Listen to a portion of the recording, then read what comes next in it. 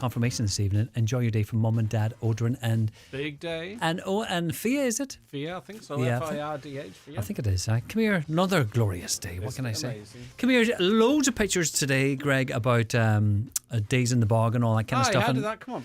I don't know. Just got some pictures this morning and stuff, but then it brought back memories of this time last year. And do you know how you're good in social feeds and stuff? You had pictures of you in the bog. No, it wasn't this time last year. 2 years ago? No, it was Really? like August or something, or September. Last you year. see, if you were clever and got in and cut your turf in the first spell of good weather, you'd be home now. Yeah, there's people having footed. Well, exactly. Do you know? It's not an easy job, though. Are you going to do it this year again? I don't know. It depends if Eamon Ryan's listening or not. Eamon Ryan, get another day cut there. Get another couple of hours done there. He's up for the work.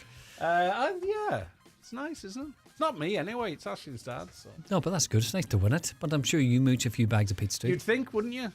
You would think. I would say I know. No, you would think. And I could put a figure on the amount of bags we've mooched. 6. 6 bags. Yes. Hey, serious? Is that all? Mickey's a tight boy. Is he? Well, he'll have to up the ante Don't put then. your hands on Mickey's You wouldn't turf. go to the bog to do a day's work for 6 bags of pizza, You'd would be you? surprised what you would do. If you're hungry I enough. don't want the silent treatment for a week. All right, okay. To be in the good books. Although, What? it's kind of okay. It's okay. It's all good. Come here, busy show ahead of you. Yes, busy. And you are going to go power hosing. Yeah, that's my plan today. Men love a power hose, don't they? Yeah, it's a big one. Yeah, and it's useless really, because all you do is create one wee line that goes around. In Sure, let me circles. do my Yeah, useless but thing you know today. it's useless. Just let me do my thing today, now, in peace. It's like getting a power hose to wash your car. You have to scrub the car. It doesn't make any difference whatsoever. You just got a really expensive rinser. Yeah, that's all right. It's true though. I can wash your hair. Good luck. See ya. It is 9 o'clock, the 9 till noon show. Time for news update. Over to Donald Kavanagh. Thank you, Greg. Good morning. A beach in Donegal is still not meeting minimum bathing water standards, according to the EPA's latest report, which has been published today. Ladies Bay in Buncrana, again rated as poor, one of only 2 beaches in the country to be given that designation, along with Sandymount in Dublin. Last year, the figure was 5. Of the other 20 Donegal beaches assessed, 17 were rated as excellent and 3 were rated as good. Dr. Emer Cotter from the EPA says there are issues that must be addressed. Ladies Bay in Buncrana and Donegal is still classified as poor. Sandymount Strand in Dublin also classified as poor. Local authorities really need to be aware of this. They need to manage the bathing waters in the context of a changing climate, better management of stormwater overflows, sewage overflows, and better management of runoff from agricultural lands, from urban areas, particularly those that are adjacent to watercourses. So that's investment in our wastewater infrastructure and ongoing in management by local authorities. Midlands North West MEP Nina Carberry is welcoming the publication of a European Parliament report on the proposed EU water resilience strategy and is calling on the Commission to match the Parliament's ambition when it publishes its proposal later this year.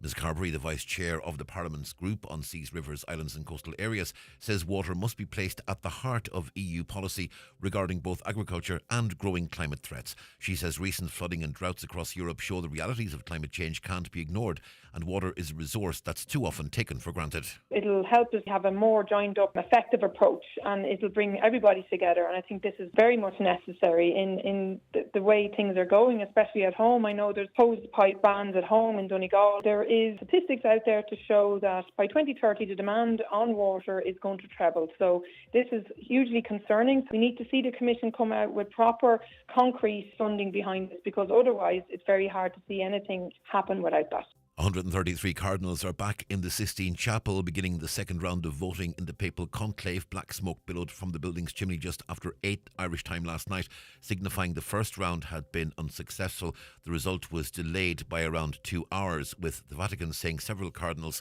needed help with translation issues.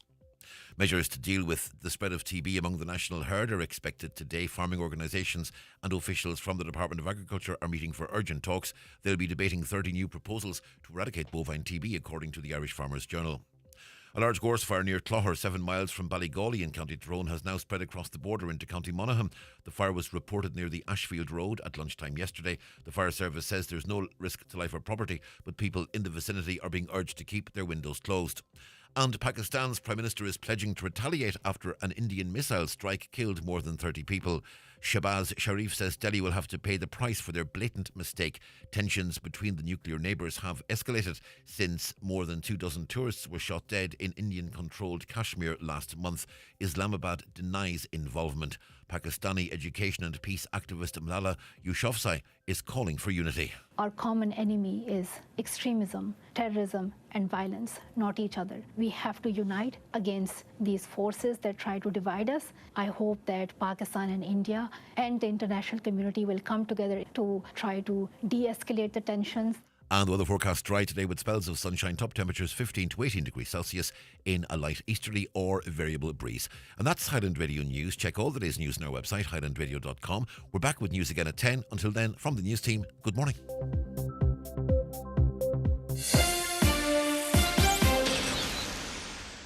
Hold on tight, we're shaking things up at Eurospar. Getting great value just got easier with our new Super Easy Rewards app.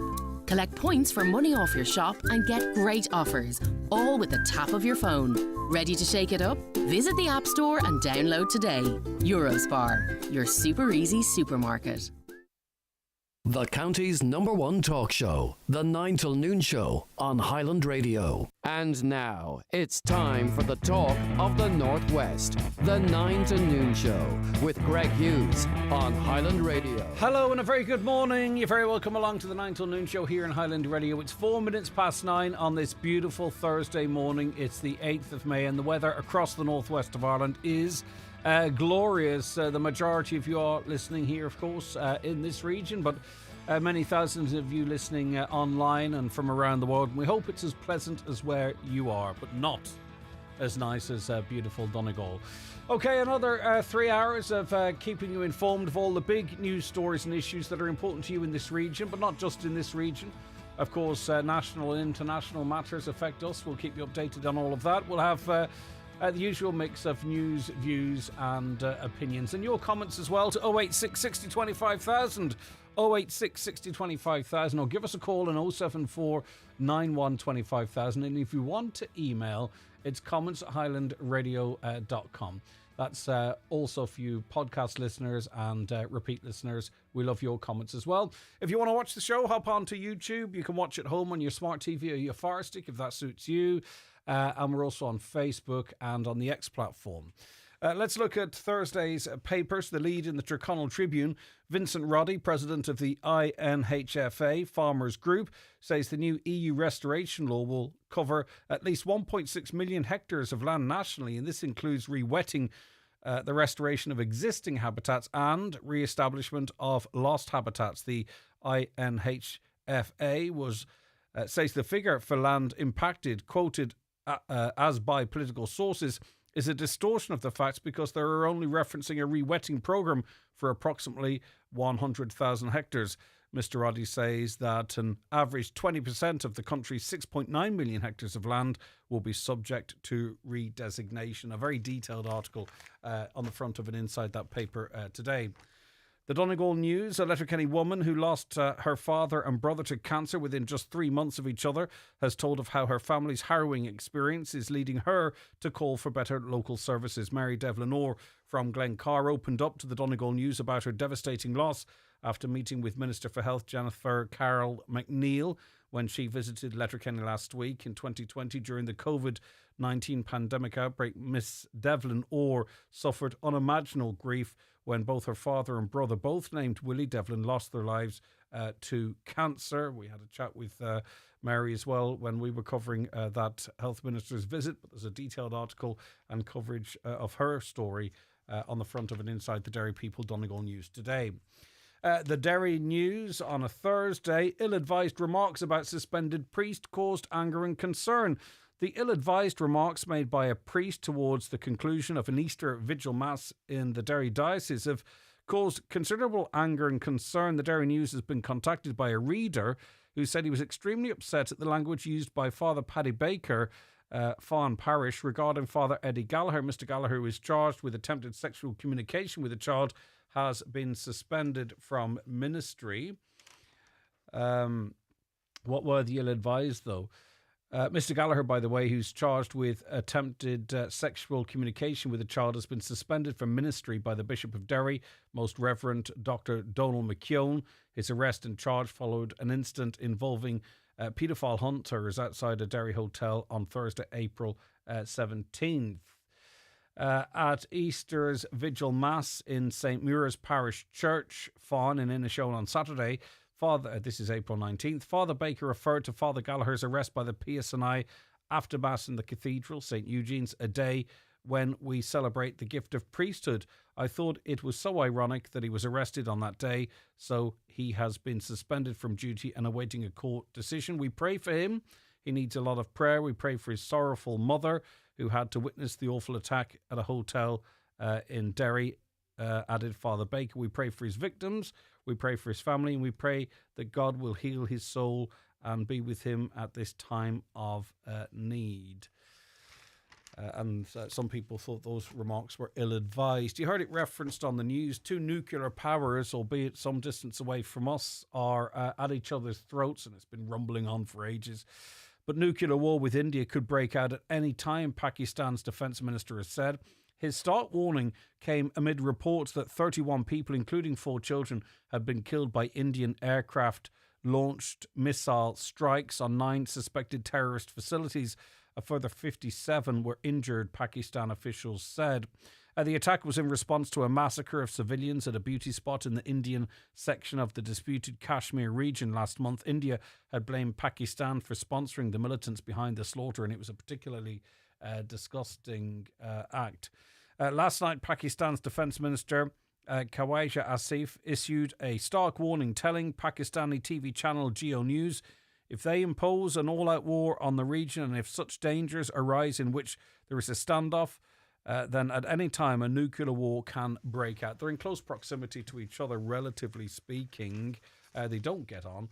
And there are different types of nuclear weapons, of course. We'd all be familiar with the ones that cause absolute devastation and the big mushroom clouds, but there are tactical nukes that could kill tens of thousands at any one time.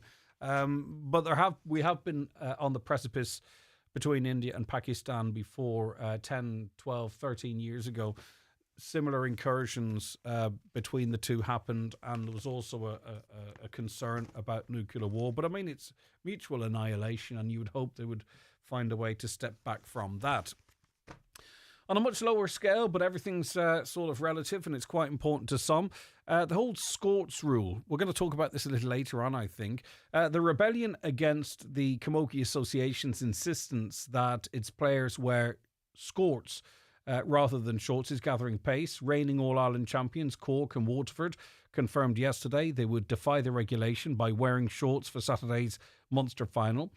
We will be tugged out wearing shorts, the team said in a statement released by the Gaelic Players Association. That's our choice. A refusal to wear Scorts would, according to the rules, result in Cork forfeiting the game. But Aisling Thompson, one of their senior players, told RTE earlier that if it means abandoning the game and handing over the Munster title to Waterford, that's what we will do. The association has been asked for a response to the statement released by the GPA. And I don't know what... I mean, obviously this is about whether people are more comfortable in shorts or Scorts, but there also is a situation that in 2025 that a sporting organisation should dictate what women wear. You wouldn't see it in the men's game. Let's put it, it wouldn't happen in this day and age. It still happens in the women's game. And I wonder if it's as much that, in other words, you must wear this item of clothing as opposed to, whether all of the ladies feel uncomfortable in Scorts or not. As I say, in the wider scale of things, not a massive issue, but certainly one that people have an opinion on. Interested in yours, 086 60 25,000.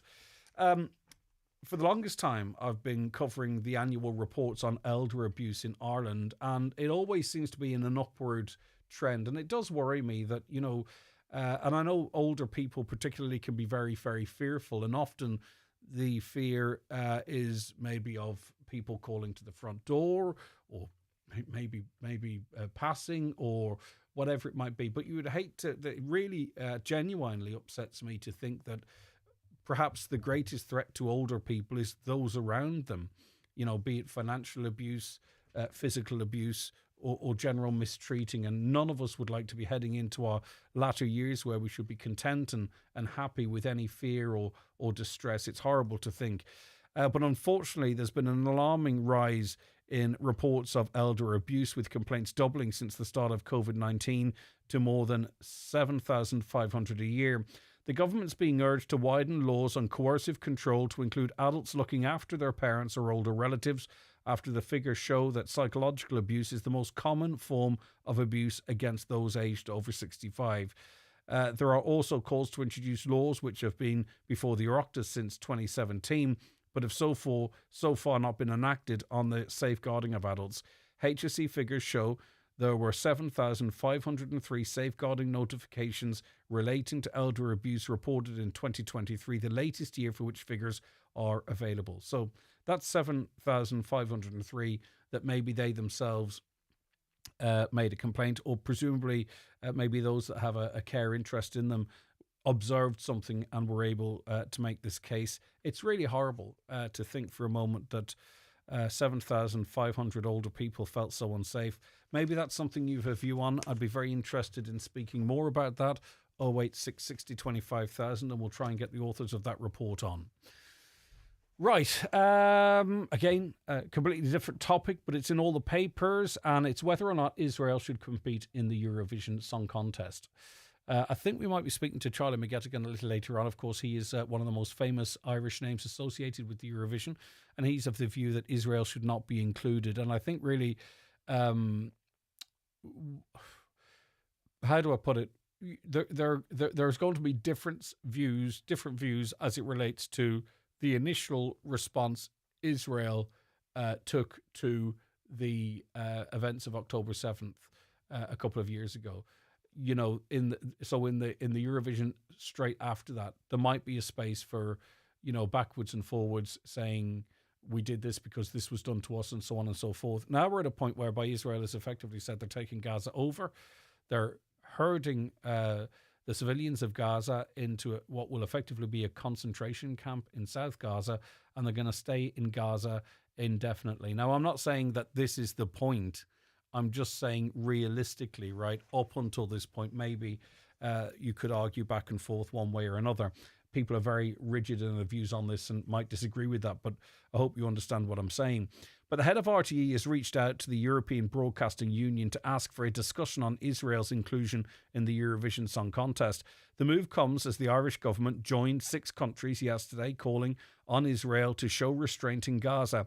In a joint statement, the foreign ministers of Ireland, Iceland, Luxembourg, Norway, Slovenia and Spain expressed grave concern about a further military escalation in the region.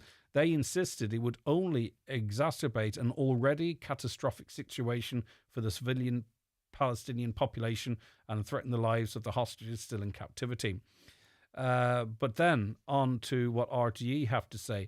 Emma O'Kelly, chair of the NUJ Dublin Broadcasting Branch, last night said, "We collectively believe that there is a moral obligation on RTE and on the EBU to act to suspend Israel from the Eurovision." They sent a letter to RTE's Director General, Kevin Backhurst, calling on the broadcaster to formally oppose the country's inclusion. But what do you think about that?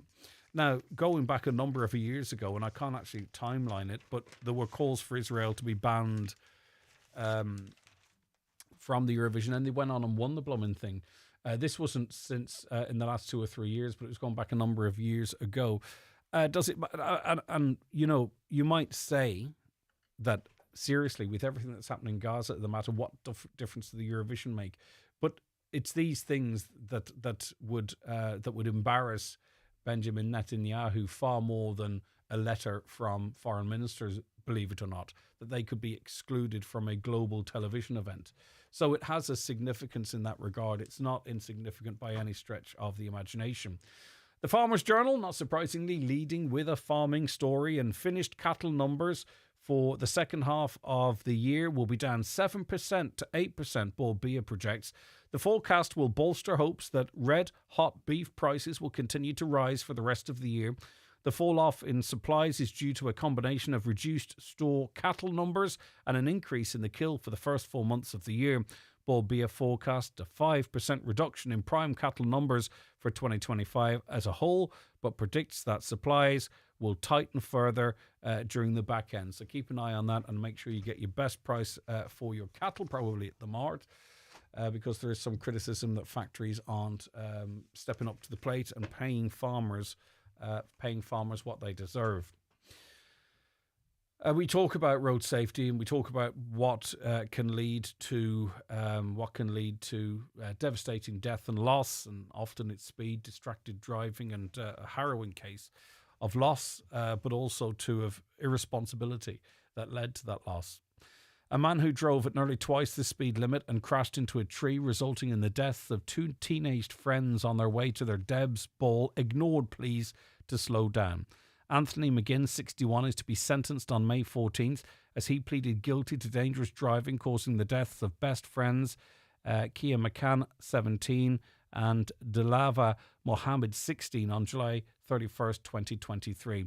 He also admitted to dangerous driving, causing serious bodily harm to Delava's sister, Avin Mohammed, on the same occasion. McGinn was placed in a position of trust to drive the teens to the Debs ball in Monaghan town that evening, Monaghan Court heard. However, after travelling at excessive speeds of 151 kilometres per hour in an 80 kilometre zone on a wet road, his white BMW skidded and crashed into a tree on a section of the N54 at Legnakelly near Clones, killing Kia and Lava and seriously injuring Lava's sister, Avin.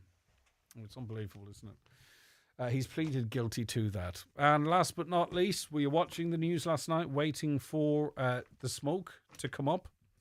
I found myself watching it.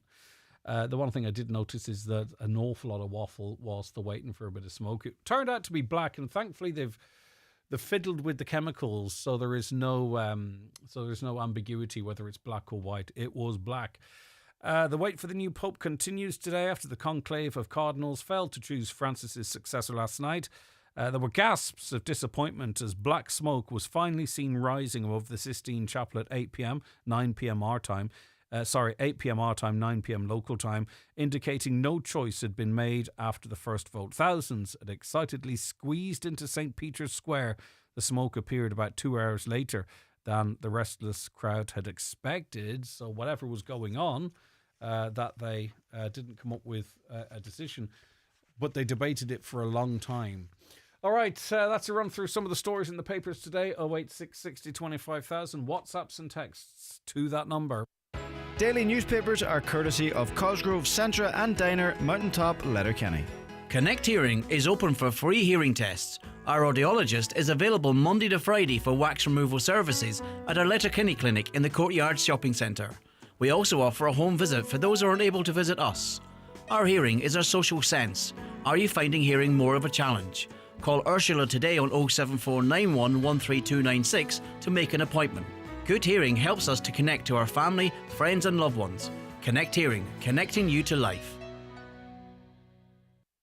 This month, Foy's in Ballybuffet and Letterkenny are having a massive display clearance sale. We're making room for new arrivals with incredible discounts on display furniture, including sofas, dining room furniture, bedroom furniture and more. It's your chance to grab top quality furniture at unbeatable prices. With the largest showrooms in the Northwest, Foy's is the place to shop interiors and paint. Foy's, where the best deals are waiting for you. Ready to order your 252 Nissan? Then get to iMotors Letterkenny from Thursday, May 15th to Sunday, May 18th. Explore the exciting new Nissan range with cutting-edge tech, bold design and unbeatable value. We're taking 252 orders now. Your perfect car built your way. Saturday 10 to 5, Sunday 12 to 4. Don't miss it. iMotors, fearless generation.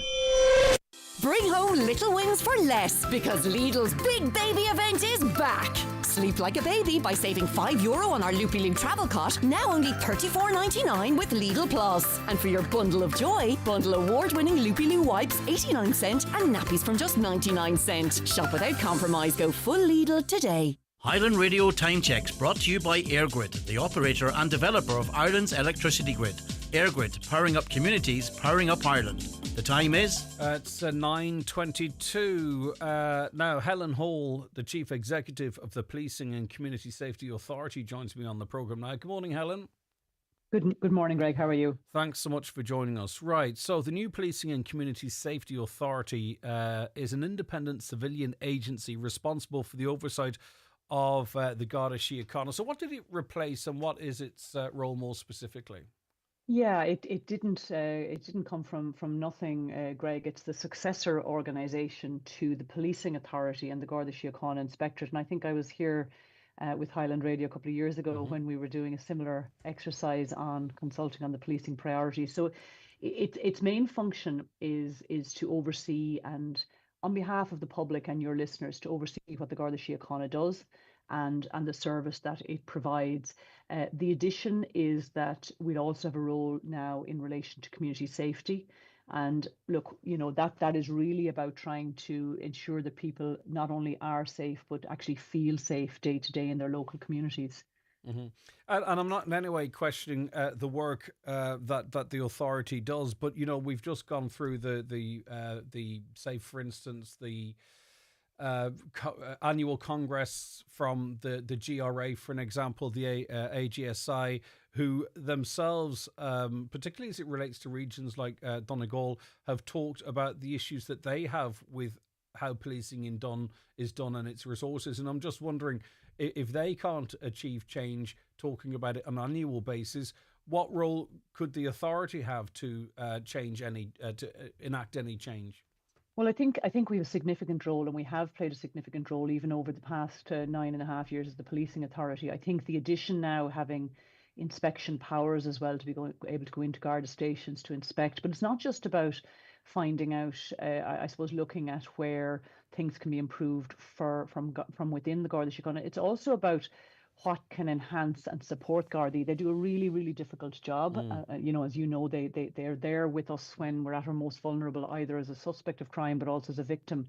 They're there at, road traffic accidents. They really, really do a tough job. I think my optimism for the Policing and Community Safety Authority is that it is about that wider community safety piece, and one of the real ambitions of that is that you'll have multi-agency working. So, for example, in the middle of the night, often what the Gardaí are left dealing with is not policing matters. It's sometimes mental health, it's sometimes child protection. They're not the agency that should be dealing with that. They're often left doing it because they're the only ones available. So I think the real ambition of the new organisation and the new Act is that all public agencies, there's a mandate on working together for the sake of community safety. I think, why I'm talking to you today is really around, encouraging your listeners and the public to have a say in what the priorities should be for the Guards, and we launched our public consultation last week. And what we really like is, for people, there aren't unlimited resources. It's like with anything, even in our own household budgets, we might be able to want to spend everything, but we have to decide, what's the priority. But I think and that's what this exercise is. I think for us, and this is not a submission, and I suppose you're independent in this completely, but it's not about it's not about the limits on the resources. For us, it's the distribution of the resources. Exactly, and that's what this consultation is also about. Because, but I think Greg, there is an issue, and I think everyone has acknowledged that there is an issue with resources at the minute in the Garda Síochána.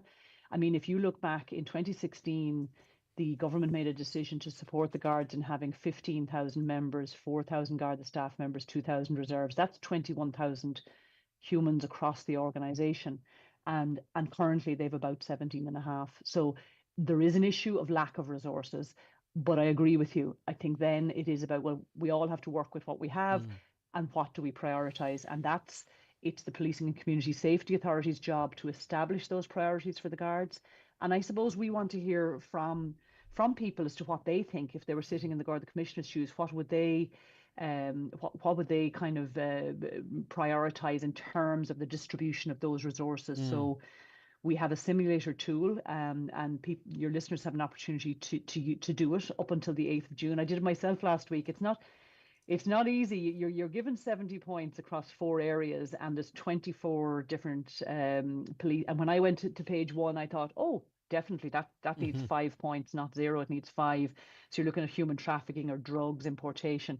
But then when I got to page 3, I went, wait a second now, I've kind of run out of money, and domestic abuse is really important, and hate crime and victim services and mental health. So you end up having to shift and move and make those really hard decisions that, Garda, you have to make on a daily basis as to whether to go to incident A or incident B. You know, it is about the distribution. In relation to that process, though, how does it capture regional differences? Like, say, for instance, you talk of Garda numbers. If we hear of 100, if we hear, even though we've less resources here now than we ever had, if you hear of 100 new recruits, 97 might go to Dublin, and we might get one here in the Northwest, and that person might end up being in Sligo. Does the survey have the scope to sort of capture the regional differences?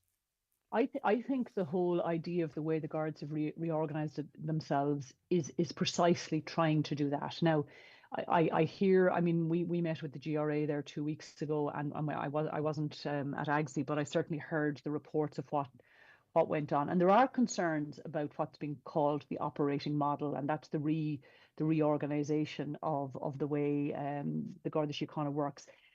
It is going to need a bit more time. I mean, what that reorganisation has done is it's moved from the Guards being organised across 124 areas and districts to 21 divisions.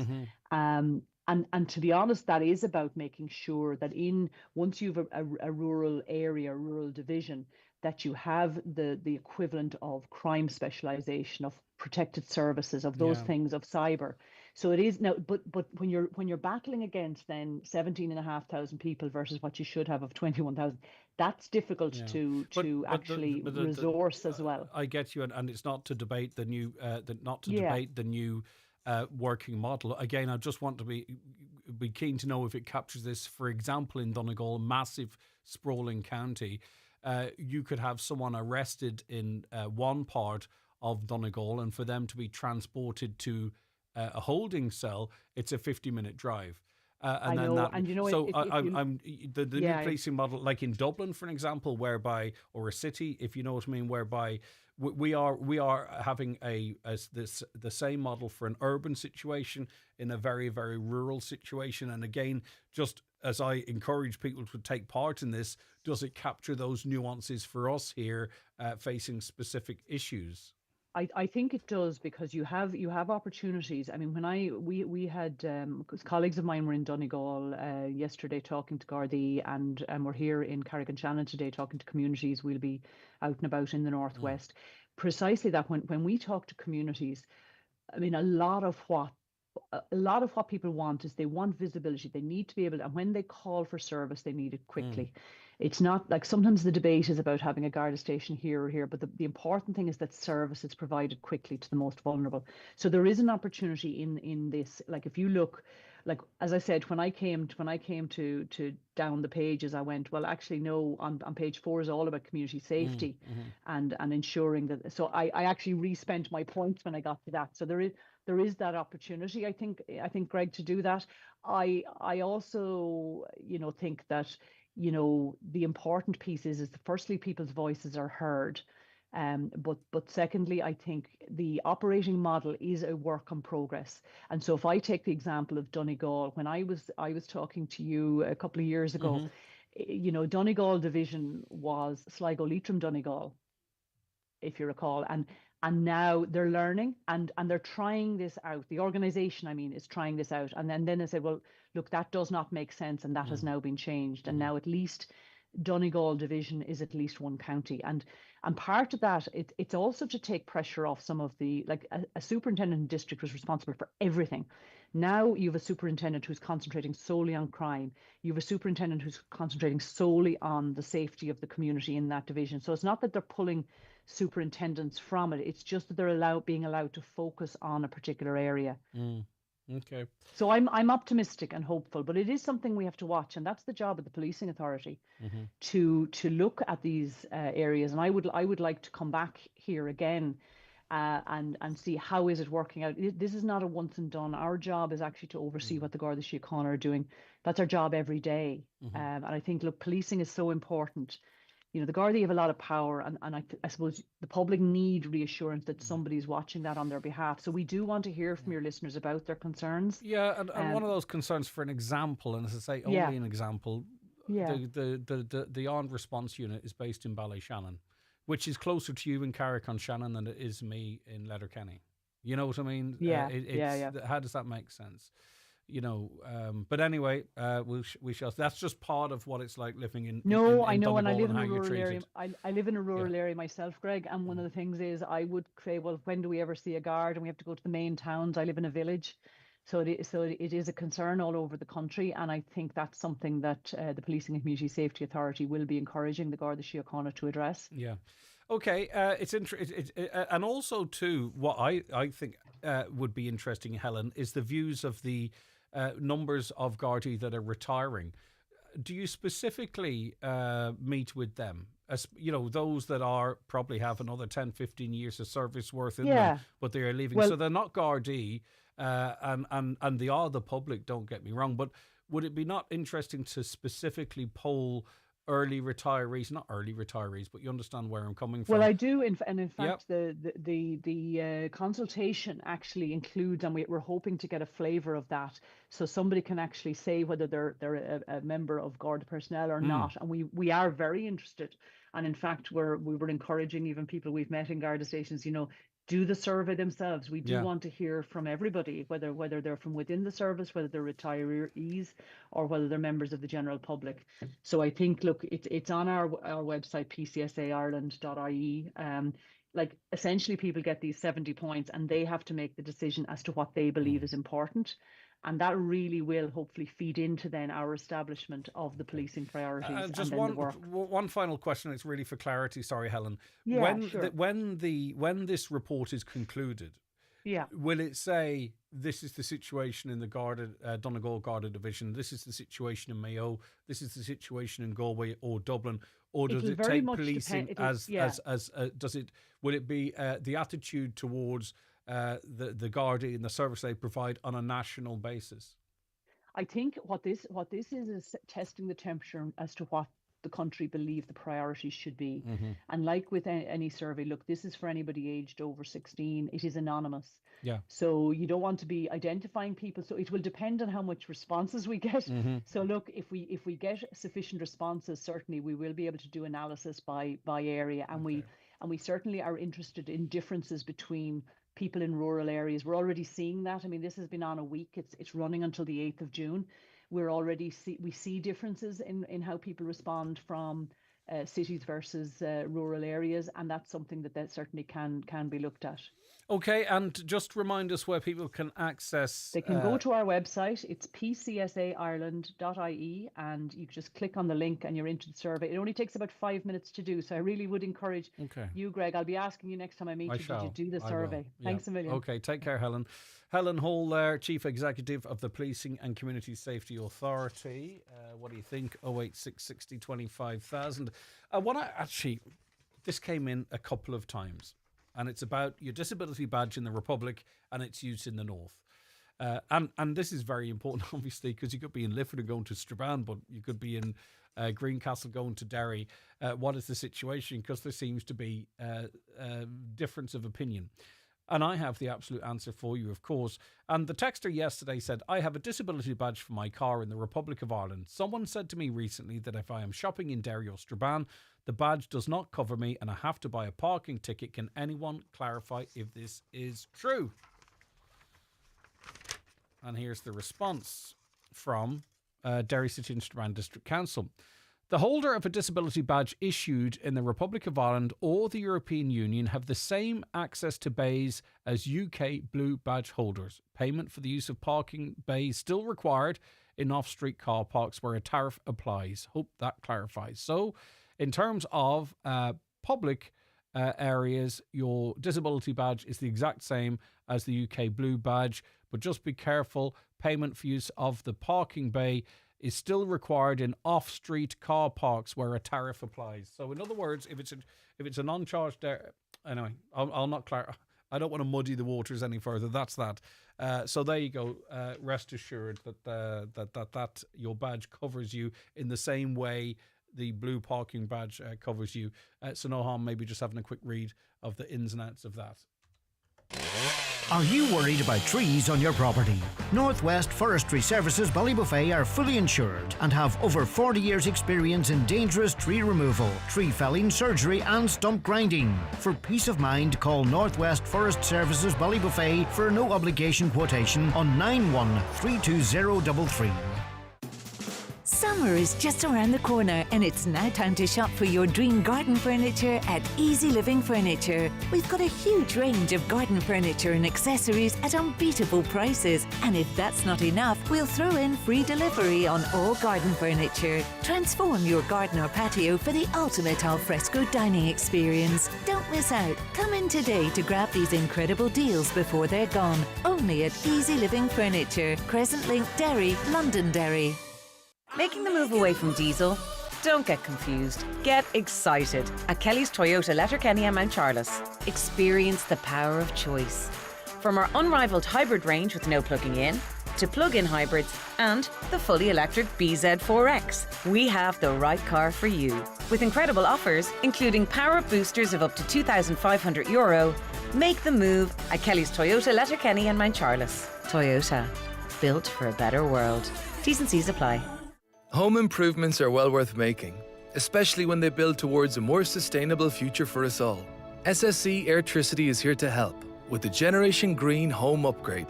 From insulation, heating, solar panels, windows and doors to full home retrofits, we're your one-stop shop for energy solutions to suit all budgets. It's a simple, hassle-free process with end-to-end project management and a streamlined SEAI grant application process. So make some home improvements that will make a real difference at ssceairtricity.com/home upgrade. Registered with the SEAI for home energy upgrades. Grants offered are provided by the Government of Ireland through the Sustainable Energy Authority of Ireland. Right, I try and not make the same mistake twice. And we did have a review of speed limits, and we're becoming accustomed to them now. And it's coming in a couple of stages.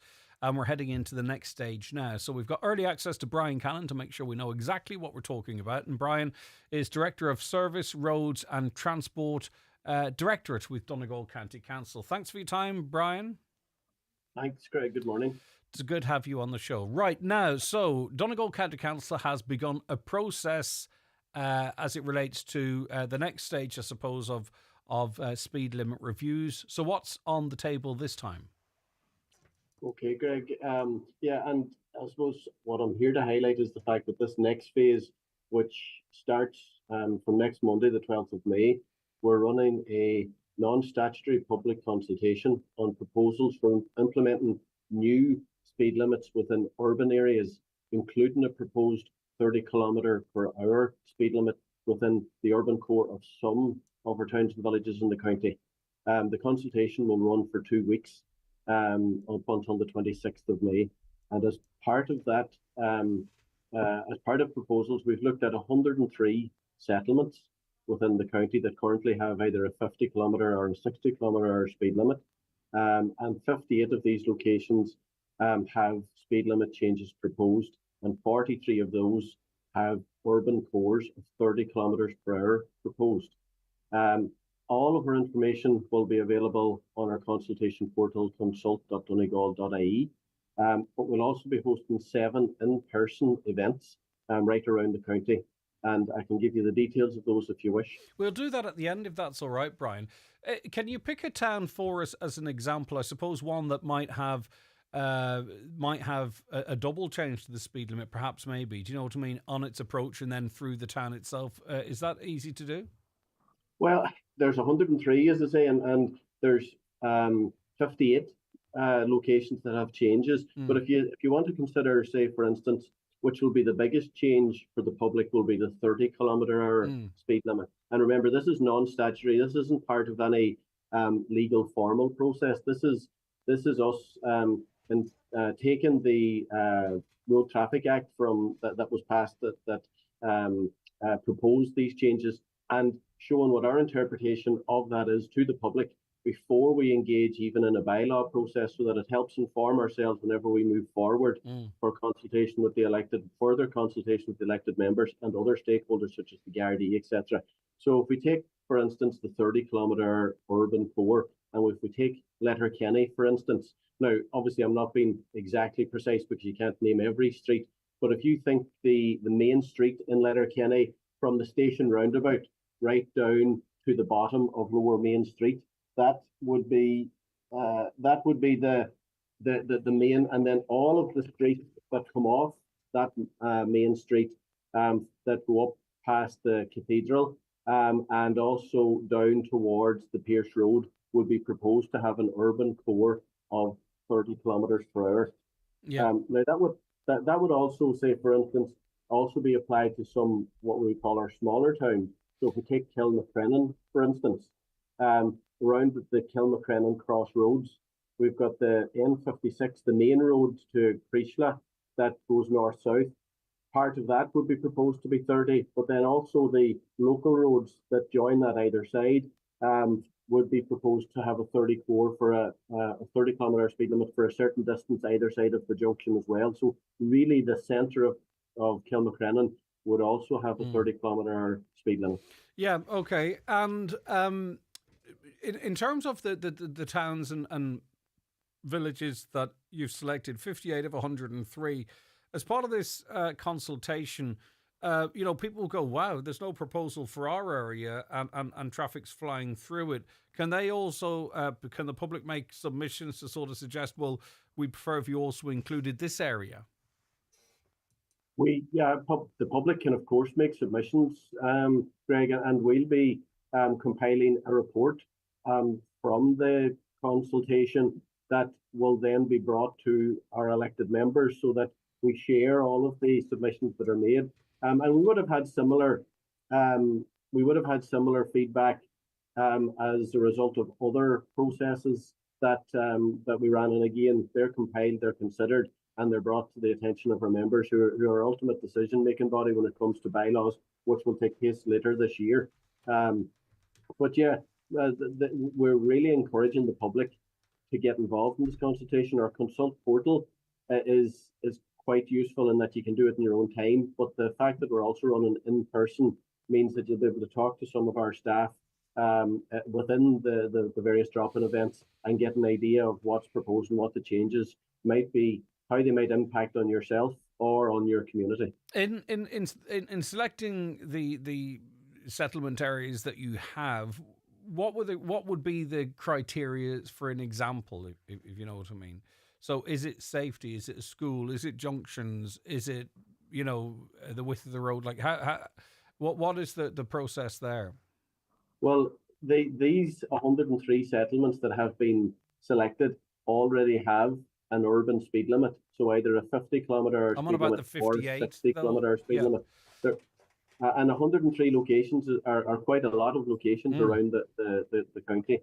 So that was the basis for assessing them. And then based on the way that the guidelines are developing in relation to speed limits, then we've assessed those 103, which has resulted in changes to 58. Are a few people asking, are housing estates included in this part of the process? Housing estates that have been taken in charge by the council were actually included in the first one. Yeah, okay. So we've they're currently at 30 kilometres per hour, and many of those housing estates have a sign as you enter the housing estate, and then ones that may be closer to the urban core that may change to 30, may not, and they'll be picked up in due course over this phase. But currently the bylaw was passed that had any taken in charge housing estate to be 30 kilometres per hour. Right, so there will be a map available where people can sort of drill down into their areas of interest, of course. Is that live now, or does that go live on Monday the 26th? Sorry, Monday the 12th. Monday the 12th. Okay. Yeah, that goes live on Monday the 12th. Right. So, Greg, and look, I do know that 30 kilometre hour is going to be a change for people, but there are 30 kilometre per hour zones implemented in many areas right across Europe. And also, I suppose it has been, what's the purpose of it? The purpose of it is to improve safety. And it's been proven through research that lower speeds in urban areas obviously significantly reduces the fatality risk. It's one of those things, like, say, for instance, in Letterkenny, people were saying, oh, you'd be lucky if you get up to 30, but on occasions you can. And it's and I think no one feels you should be going through Letterkenny at more than 30, for an example. But then you gave the other example of Kilmacrennan. If you live in Kilmacrennan, or you have to cross the N56, or you were involved in some of the relatively high speed collisions, you know, you might think, right, we really need this reduction. But if it's your commute from from Creeslaw to Letterkenny, you might go, that's crazy, reducing that to 30. So that's the way it is. If you live in an area, you might have one particular point of view, but if you commute through it, and you're a pain in the backside of those that live there, you might have another. And that's why we have this consultation period, and eventually the dust will settle, and hopefully we all come up with the right solutions. So the online consultation begins on Monday. We'll be doing a separate news story on that to share the link as well, but you can check the Donegal County Council website on Monday, and I'm sure it'll be quite visible there. You also were talking of face-to-face situations. What's that about, and where? Yeah, so we're holding 7 in-person events right across the county. So starting next Monday, the 12th of May, in Killybegs in the Nilemore Centre from 4 to 7. Then in Donegal Town on 13th in the Public Service Centre from 4 to 7. And Cloghanlia in the Service Pobble from 4 to 6 on the 14th of May. The 15th of May in Carndonagh in the Public Service Centre from 4 to 7. In Ballyshannon on the 15th of May in the Abbey Centre from 4 to 7. In Stranorlar on the 19th of May, so Monday week, in the base from 3 to 6. And then on the 21st of May in Letterkenny Public Service Centre from 4 to 7. Now, this is a stage. This is the non-statutory stage. After all of this consultation, a further document will be released, a draft special speed limit bylaws. And at that point, there's a statutory consultation period for the public to have effectively a second say on what they've potentially helped to form through this non-statutory process. Absolutely. As part of the bylaw process, we're obliged by law to have the statutory consultation, but this non-statutory one really is an early engagement between ourselves and the public to highlight the issue, maybe to work through some of the concerns, and maybe to tweak some of the proposals before we enter the statutory phase. And you're right, people will have concerns. Obviously, people will support it from a public road safety perspective, but people will also have concerns from a commuting perspective and what impact that might have. I suppose we are mindful of arterial routes around towns, and people will see from the maps that many of those aren't impacted by the urban cores. But there are arterial routes that go through towns. So if we take, for instance, Kilmacrennan, I've mentioned Duncanneely in South Donegal, where the N56 goes through the village. There are urban cores of 30 km/h proposed in those locations. But we have to think about what's important here, and time. If you're travelling for 500 metres at 30 km/h as opposed to 50 km/h, that adds 24 seconds to your journey. Yeah, and we've seen the images of the school in Duncanneely, lorries having to stand on their brakes to avoid school children. They'd be approaching that with a 30-kilometre zone, which presumably would affect their driving and help prevent things like that there. So we can't have our cake, we can't eat our cake and still have it. We do have to look at this in the round as well. So say, for instance, not drilling into specifics, just to get an idea, say, for instance, from the roundabout in Letterkenny where Corrie's is at, to the Polestar roundabout, would that be classed as sort of an urban area? I know that's a very specific question, but you talked of the likes of the main street, but then you have sort of other roads that the speed limit might be a little bit higher. I don't want to put you on the spot with that specific question. That wouldn't be considered urban core. That's the DT Blaney Road. Yeah. And that wouldn't be considered urban core. That's just to give people an idea of what we're talking about too. I think this actually I turned out not giving a bad example of that. Okay, that's interesting. Right, so check out the council's website from Monday. We'll share the link on Monday as well. There's an an online consultation process, and we'll also link the in-person situation as well for those who don't want to engage online. Anything else that's important to add, or if we covered everything? No, that's good, Greg. But look, we really just say thanks for your help in promoting it.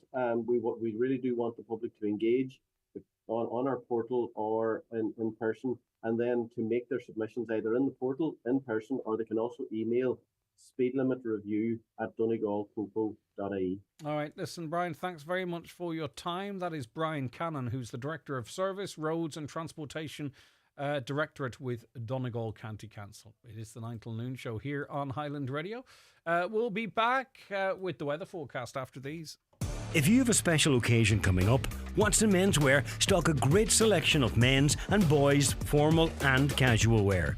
Top casual brands include Mishmash, French Connection, Tommy Bow and Penguin. Formal wear names include Rimazumo, Sixth Sense and White Label, with a special suit deal of a 3-piece suit, shirt, tie and shoes, all for only €299. Watson Menswear, open 7 days a week on Main Street, Letterkenny and at watsonmenswear.com. Hi, Paddy here at Shane Conley Cars in Donegal Town. Are you looking to upgrade your car? With Shane Conley Cars, you'll find makes and models for every budget. Great finance options, and we also accept trade-ins. Check out ShaneConleyCars.com or call in to us at Shane Conley Cars from Lonaher Road, Donegal Town. I'm Fionnuala Fibre O'Farrell Flynn, racing across the country to keep up with NBI's fibre rollout. Over 50 broadband providers are using NBI's network to bring high-speed fibre broadband to homes across Ireland. So from Ballyliffin to Ballybuffet, homeowners can pick whatever package suits their needs and still get all the benefits of rural Ireland's dedicated fibre broadband network. Connect at nbi.ie. NBI is delivering the government's national broadband plan. Another connection. Oh, I knew I shouldn't have worn heels. They say time equals money, so spend your money where you spend your time. No matter what your preference is, Cooney's Home Interiors has something to suit every taste and budget. With our extensive range of home furnishing to fit every room and style, from mattresses and beds to rugs, mirrors and suites of furniture. Visit us in store today and see for yourself what Cooney's have to offer, and let us help you make your dream home a reality. Cooney's Home Interiors, Letterkenny Retail Park.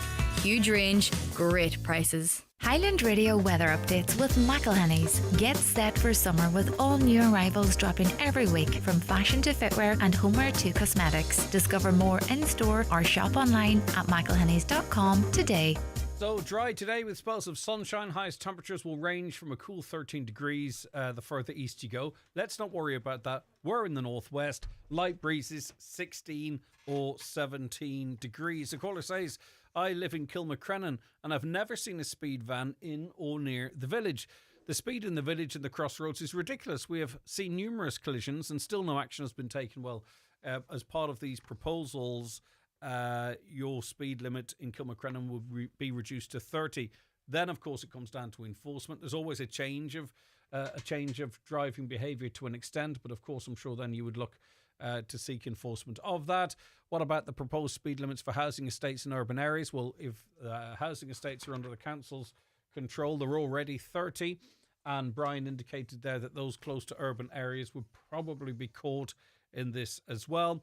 A caller says the public consultation's a PR stunt with the property tax. They did a public consultation and they put it up anyway. If they wanted to cut down speed, there's a simple solution, speed ramps, but there's no revenue in this for people to be caught out. Just one thing to be clear. The people you elected had a decision on the property tax. There's very few areas where Donegal County councillors have a direct influence on, and it was they that decided to retain the increase in the property tax, if you know what I mean. So, they're the people you elected.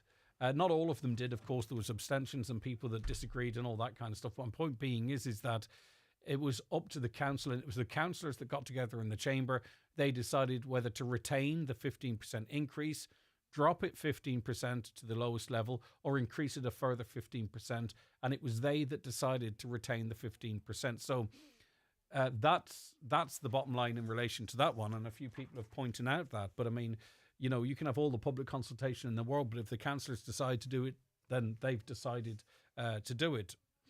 What a profoundly unserious country. Police Please police crime as it has always been understood, not non-crime hate incidents and other thought crimes. No end of Gardaí were available to enforce lockdowns or maintain order at peaceful protests. They can't cry lack of resources. It's funny, the same people that, and I'm not attributing this to the listener, the same people that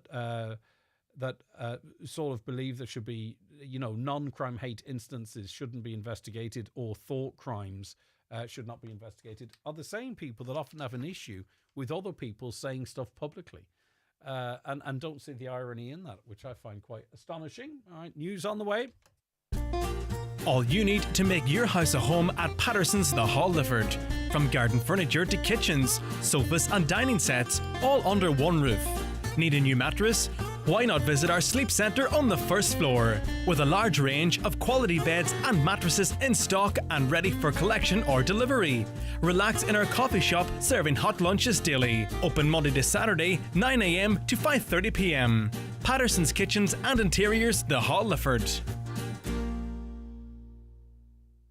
The Chadwick Spring Sale is ending soon. Check out these further reductions. Save a whopping €50 on the BE pressure washer, now only €429. Save €49 on the Pro Plus self-drive petrol lawnmower, only €379.99. And save €10 on the K2 home pressure washer, now only €129.99. Visit your local branch or shop online for more savings at chadwicks.ie. Chadwicks. Let's get it done!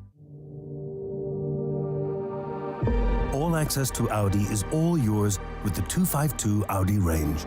Enjoy exhilarating test drives, exciting offers, introductory incentives, and exclusive product packs for a limited time during Audi All Access in dealerships nationwide. Discover all the advantages to owning a new Audi this summer. Terms and conditions apply. Audi. Vorsprung durch Technik.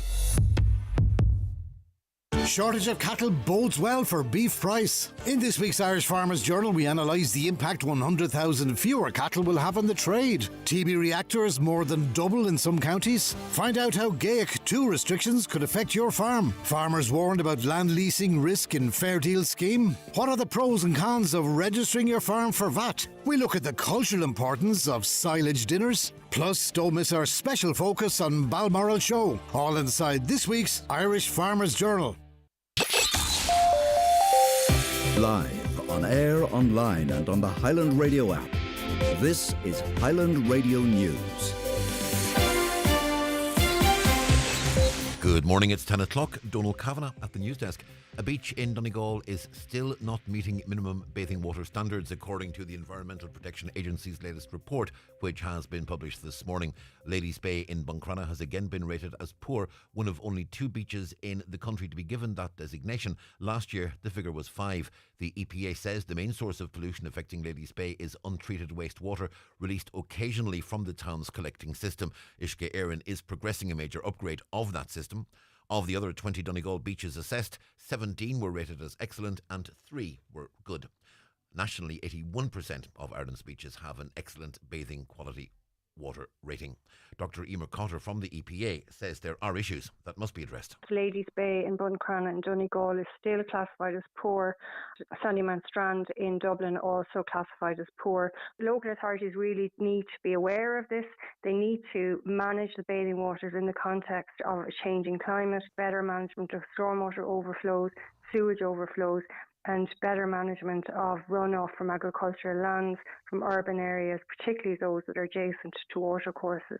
So that's investment in our wastewater infrastructure and ongoing in management by local authorities.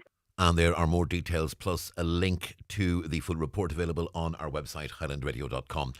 Midlands North West MEP Nina Carberry is welcoming the publication of a European Parliament report on the proposed EU water resilience strategy and is calling on the EU Commission to match the Parliament's ambition when it publishes its proposals later this year.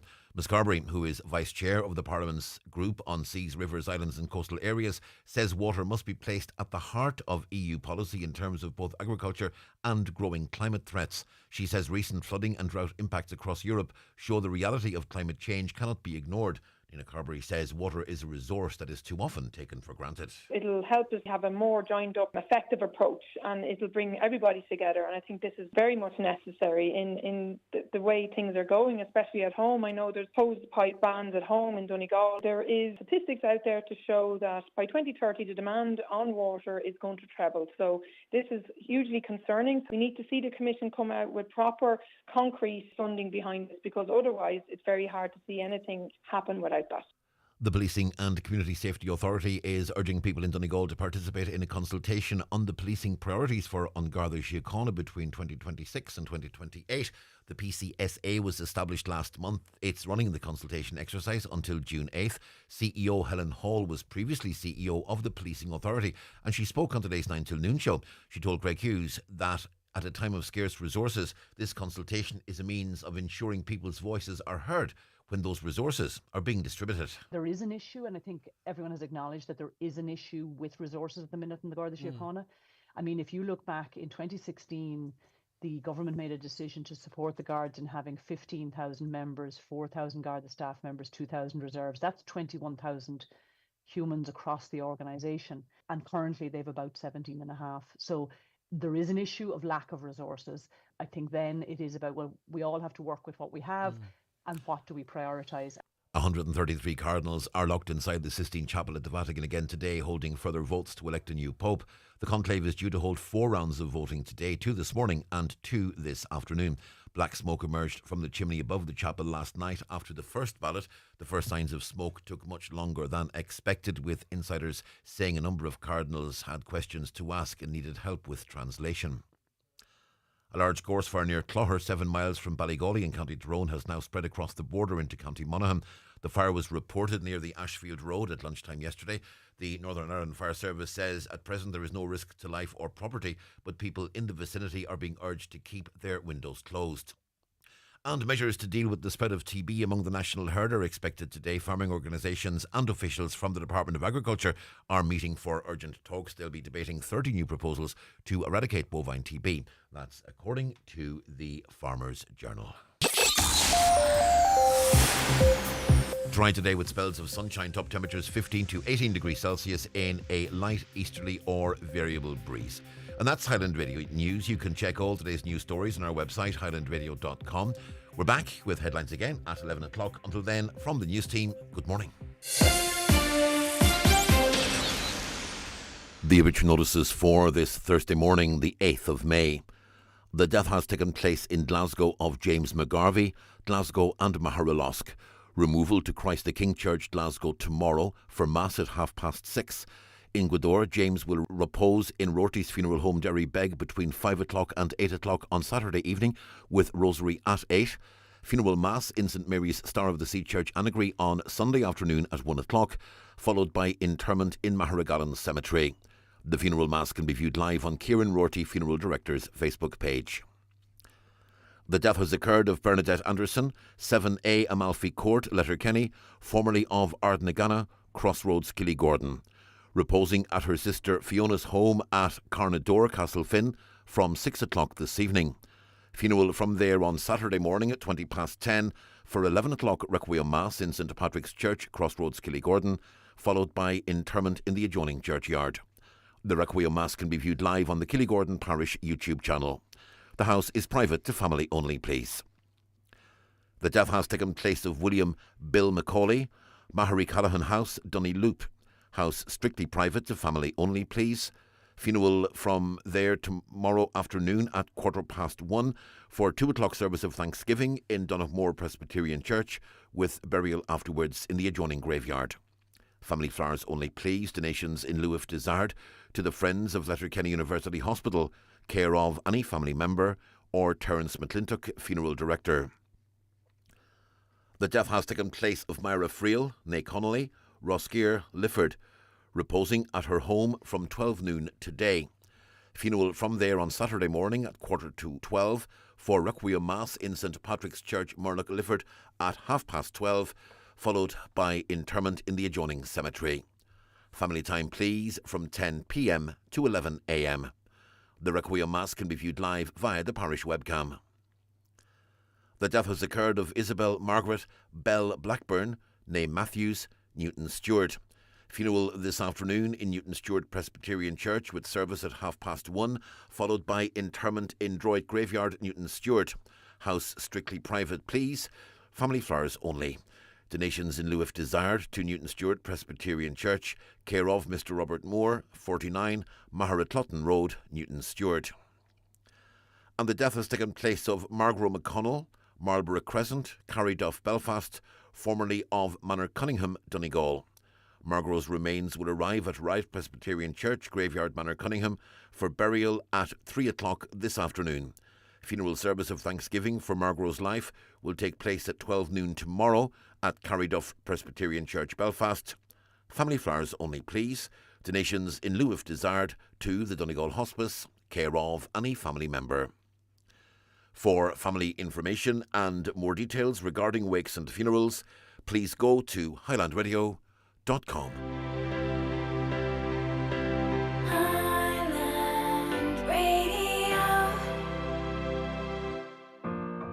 VHI Multi-Trip Travel Insurance is your passport to peace of mind. Lost baggage in Beijing?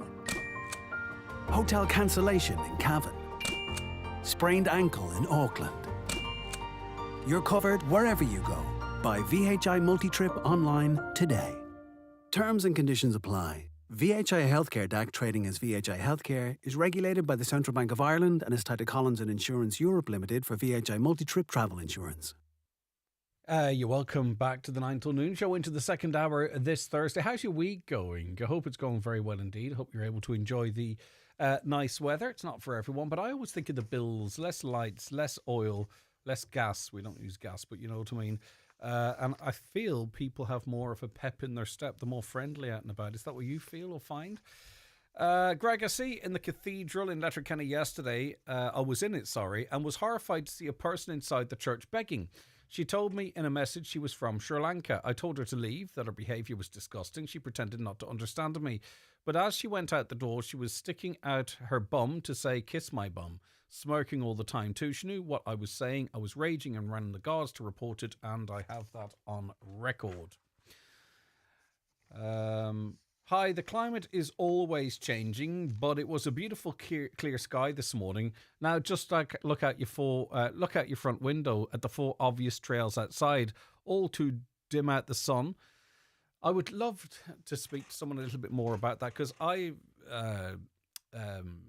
speak to different people about different stuff. Now, there's planes flying over all of the time, and I see the trails at the back of the planes. It's not having no impact. They disappear really quite quickly. When there's different pressure, they hang about a bit more. But there are people, and it's not just like one or two, there are a lot of people that believe that airplanes are pumping out stuff to dim the sun. Now, the thing that my logical way of thinking in relation to this, and other people will see as illogical, is the level of complicity and secrecy that would be required, something that I'm not sure people are capable of. So in terms of those that manufacture the fuel, for an example, they would have to be adding whatever chemical it is to their fuel. Ryanair, Aer Lingus, every single airline in the entire world would also have to be complicit in it, because you'd imagine there'd be someone in the industry that says, we're not going to be responsible for altering the climate, or indeed, as some believe, poisoning the population. Then you'd need governments to have bilateral agreements to say that this is what we're going to do on a global scale, because these flights, for an example, are often flying over us, are going from Britain to the United States. So they'd have to have an agreement between the United States and Britain, including Donald Trump, to say that, right, we will load this stuff onto the airplanes and then dump it over Donegal on the way past. And I just really find it hard to believe that anyone can believe that can be the case. And that no one has provided any significant evidence. But again, lots and lots of people believe in this. So I'm going to read the text in its entirety out of respect to the listener. Hi, the climate is always changing, but it was a beautiful clear sky this morning. Now just look out your front window at the 4 obvious trails outside, all to dim out the sun. If this succeeds and we are not poisoned by chemicals falling from the sky, what are we going to do if we lower the CO2? Will we prevent growth in tree, grass, plant life, crops, etc.? Will we all slow down? What will the population will eat? I think people really need to look up both outside and online. It's all documented. And again, these trails that come from airplanes they don't actually block out the UV. You know, you don't need direct sunlight for grass to grow, for trees to grow, for your solar panels to work. That's not how it works. But again, I'm very much each their own and live and let live. I just find it hard to believe that people believe that there are those clever enough in this world to do this in an organised fashion, and for people not to really know about it. It makes me wonder. Hi, Greg. Can we all say good luck to Donegal team this weekend in the Ulster final? Let's be very vocal from the start to the finish and make sure we rock Clonus on Saturday. We need as many flags as possible, so let's make sure we do our job as fans and take them so we stand out, and hopefully we'll have the cup back in the hills. Yeah, and flags will also, it makes the crowd look bigger too. So bring your flags and have fun on the day. And get your flags up around your houses as well too. It's a big deal. Hopefully we can ride the wave all the way to Croke Park. Wouldn't that be nice? What about tickets, though? I was hearing from a couple of clubs that applications in for 300 or 400 tickets and are getting 160 or what have you. Is everyone who applied through their club to get a ticket getting their ticket? Or once those tickets have been allocated to the club, how then are they allocated to members? What's the criteria there? Maybe you've got something to say in relation to that. Johnny on Facebook says it's got nothing to do with the sun, just like fluoride in the water. It's nothing to do with teeth and had nothing to do with the pandemic. The British government have admitted trials. That's something that has come out over the course of the last week. Thanks for that, Johnny. That's something that's come out over the course of the last week, that they're talking about maybe blocking the sun. I get where you're coming from. But anyway, maybe that's something we can dig into differently altogether. Right, let's take a break. It's Thursday, which means it's jackpot day on the bingo. So hopefully one of you is going to pick up a few grand. The county's #1 talk show, the 9 till noon show on Highland Radio. It's time for Vision Ireland Bingo on Highland Radio. It's Thursday the 8th of May. Jackpot day. You're playing for the jackpot prize of €5,800 on the pink sheet. The reference number is S14. It's game number 19. The jackpot number is 88. This number can come out in any position from the next 10 numbers drawn. And now, here are your daily numbers. 9, 8, 7, 24, 49, 59, 45, 40, 89, and finally 66. Phone your claim to 9104833 before midnight, leaving your name, contact number and the name of the shop where you purchased your book, and we'll call you back the next working day. Get all your Vision Ireland bingo information at highlandradio.com. Summer is just around the corner, and it's now time to shop for your dream garden furniture at Easy Living Furniture. We've got a huge range of garden furniture and accessories at unbeatable prices. And if that's not enough, we'll throw in free delivery on all garden furniture. Transform your garden or patio for the ultimate al fresco dining experience. Don't miss out. Come in today to grab these incredible deals before they're gone. Only at Easy Living Furniture, Crescent Link, Derry, Londonderry. Do you sometimes struggle to hear? It could just be earwax, and it's easily treated. Hidden Hearing right now are offering free earwax removal for everyone over 60, carried out by our qualified earwax technicians. Call 1-800-370-000 or go to hiddenhearing.ie. Hidden Hearing, your hearing is our expertise. T's and C's apply. Attention Donegal, Derry and Tyrone. PD Bathrooms and Tiles are proud to unveil our newest and most stunning showroom in Lisfannon Business Park, Buncrana. Located right opposite the Northwest Golf Course, we offer unbeatable quality and incredible value. For 30 years, we've been the experts in total refits, stocking and serving as the sole agent for many top brands. Visit us today and transform your space with the finest bathroom and tile solutions. Telephone 93 95 884. PD Bathrooms and Tiles, where excellence meets value. Lisfannon Business Park, Buncrana, F93H10F. Now, the Minister of State for International Development and Diaspora has announced €2 million in Irish aid funding to support 34 organisations working in schools and communities across Ireland. That minister is Minister Neil Richmond, and he joins us on the programme now. Neil, thanks very much for joining us. Good morning to you. Good morning to you, Greg. Thanks for having me on. Right, so talk to us about this fund, because there is a local Northwest interest in this too, of course. There is, of course, and I'm delighted that Inishowen Changemakers will receive €100,000. Now, this is the 13th year that this particular organisation has received funding. There's amazing work being done by the likes of Denise McCool, Patsy Tolan, many people that many of your listeners might actually be familiar with. And the whole point of the Global Citizenship Education Fund is to look at organisations outside the classroom. We do amazing work through national and secondary schools around the country to talk about what Ireland does around the world in terms of our sustainable development goals, in terms of helping the most vulnerable, the people who are fleeing war, famine, dealing with gender-based violence. But a gap was noticed that how do we reach those who are outside the school system, perhaps who are maybe a little bit older, but who have an interest or want to learn a bit more, or indeed how they can apply this to the work of their own company or organisation when it comes to areas like dealing with climate change or just being more aware of things like fair trade goods. So delighted to announce €2 million to 34 organisations every length and breadth of the country. They do amazing work. Many of these organisations have been doing it for some time, but I'm particularly proud of the work that's going on in Donegal through Inishowen Changemakers. And is it, you know, we can be quite siloed in that we can sometimes only think of what's happening in our immediate community or county or country.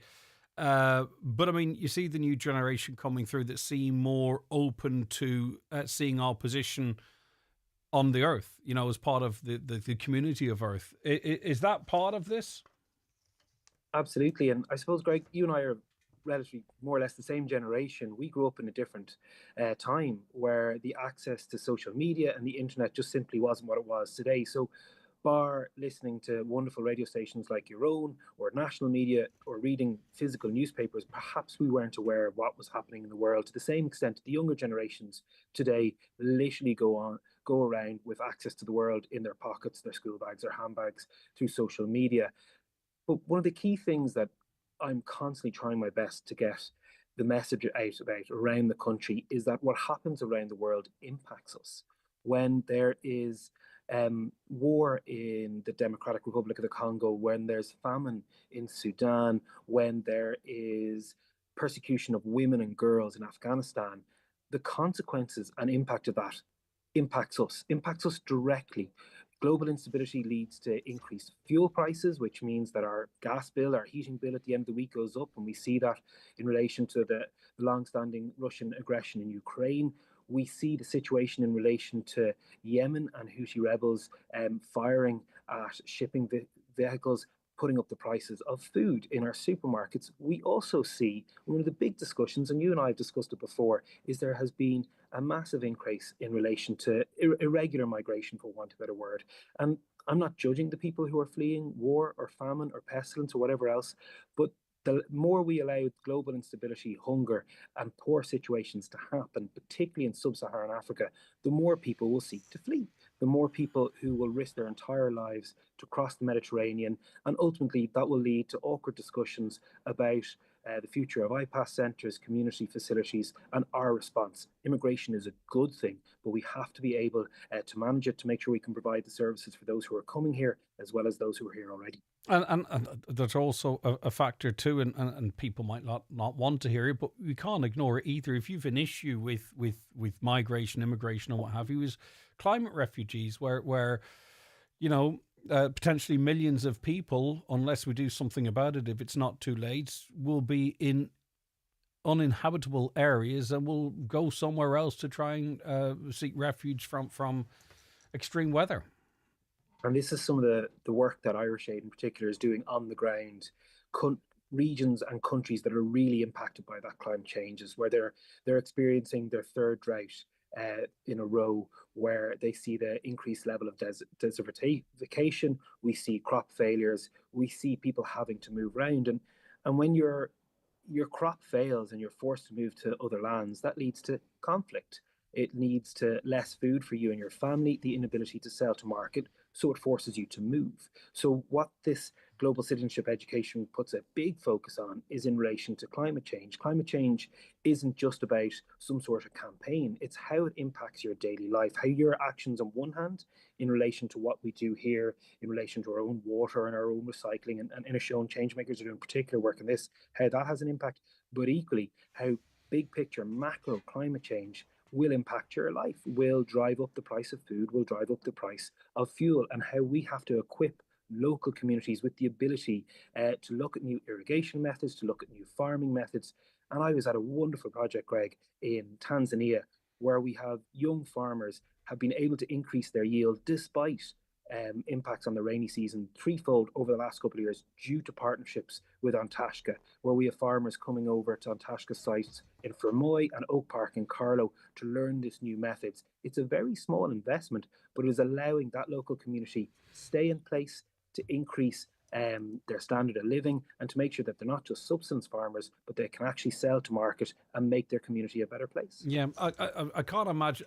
I'm not expecting you to be able to make any comments on a specific localized things, because that's, you weren't briefed on this and it would be completely unrealistic. But just want to give a scenario to you that we're covering at the moment. You mentioned iPass centres. We have a small village called Ballyliffin in Inishowen, funny enough, and it's got a population of 90, and there's a hotel in that area currently seeking a Section 5 exemption for an iPass centre, which could potentially house 170 people. As I say, I can't expect you to be able to comment on that specifically, nor am I asking you to do so. But there is a great concern in the local community, in the local business community, that such a change in population could have such a negative impact on a particular area. You know, as a government rep, would you have sympathy for a community like that? You know, they're looking on going, this doesn't make sense. There's 90 of us here.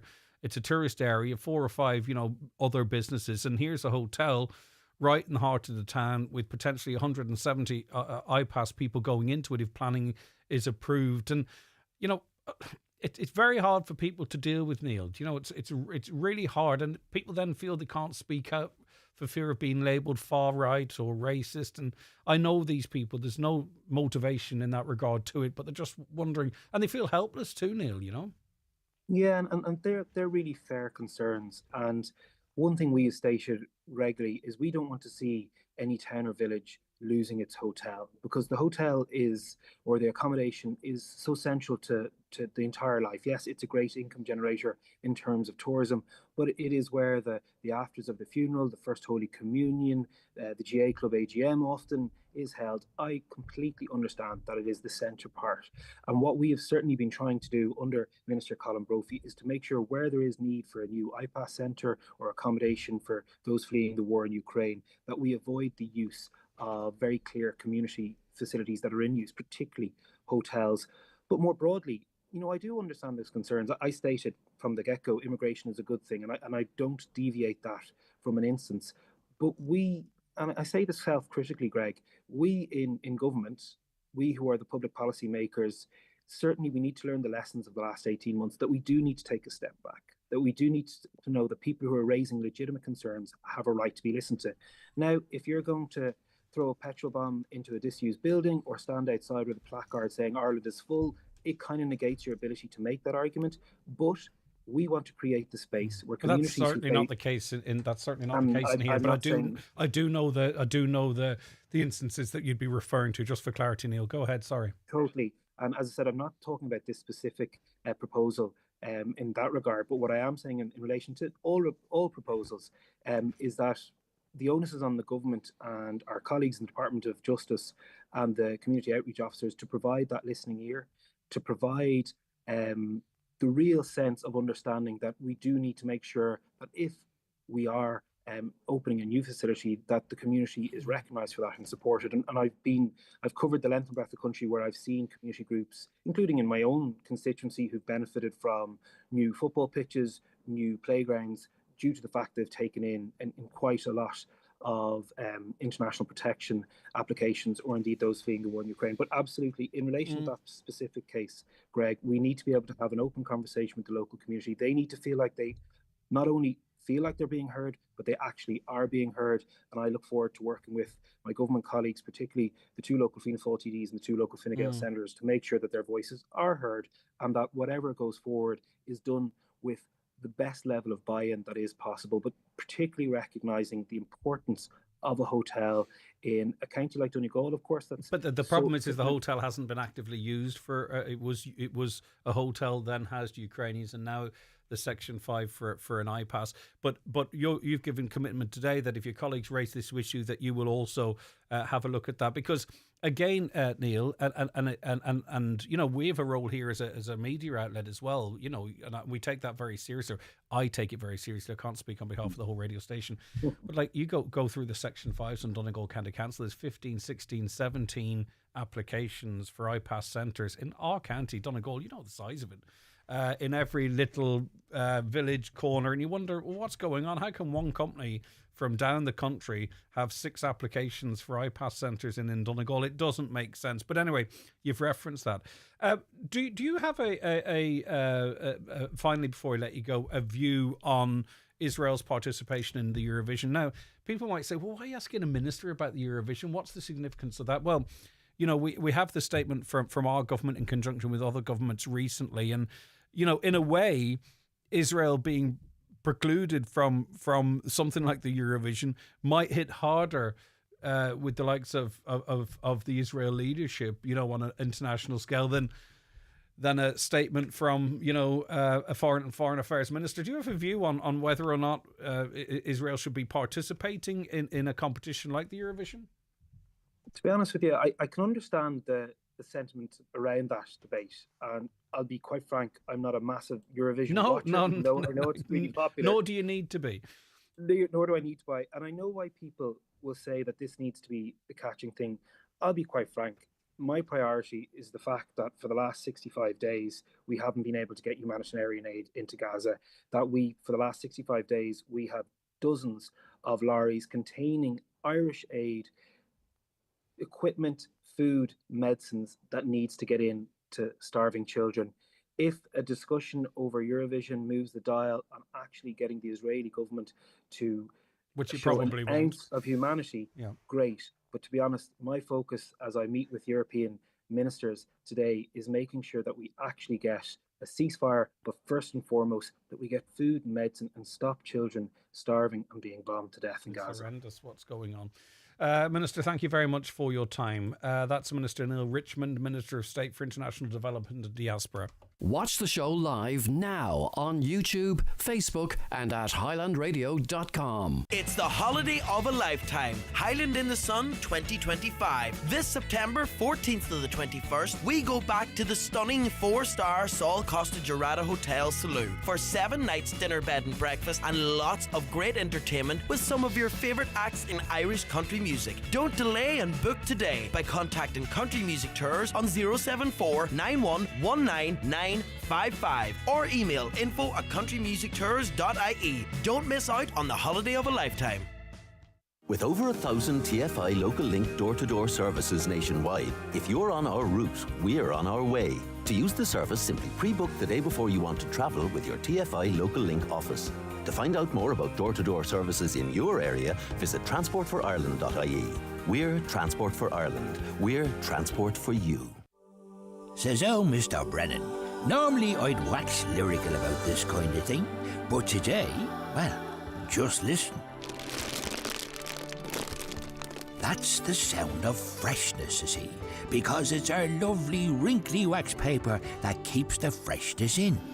I wish my wrinkles were a sign of freshness, as I.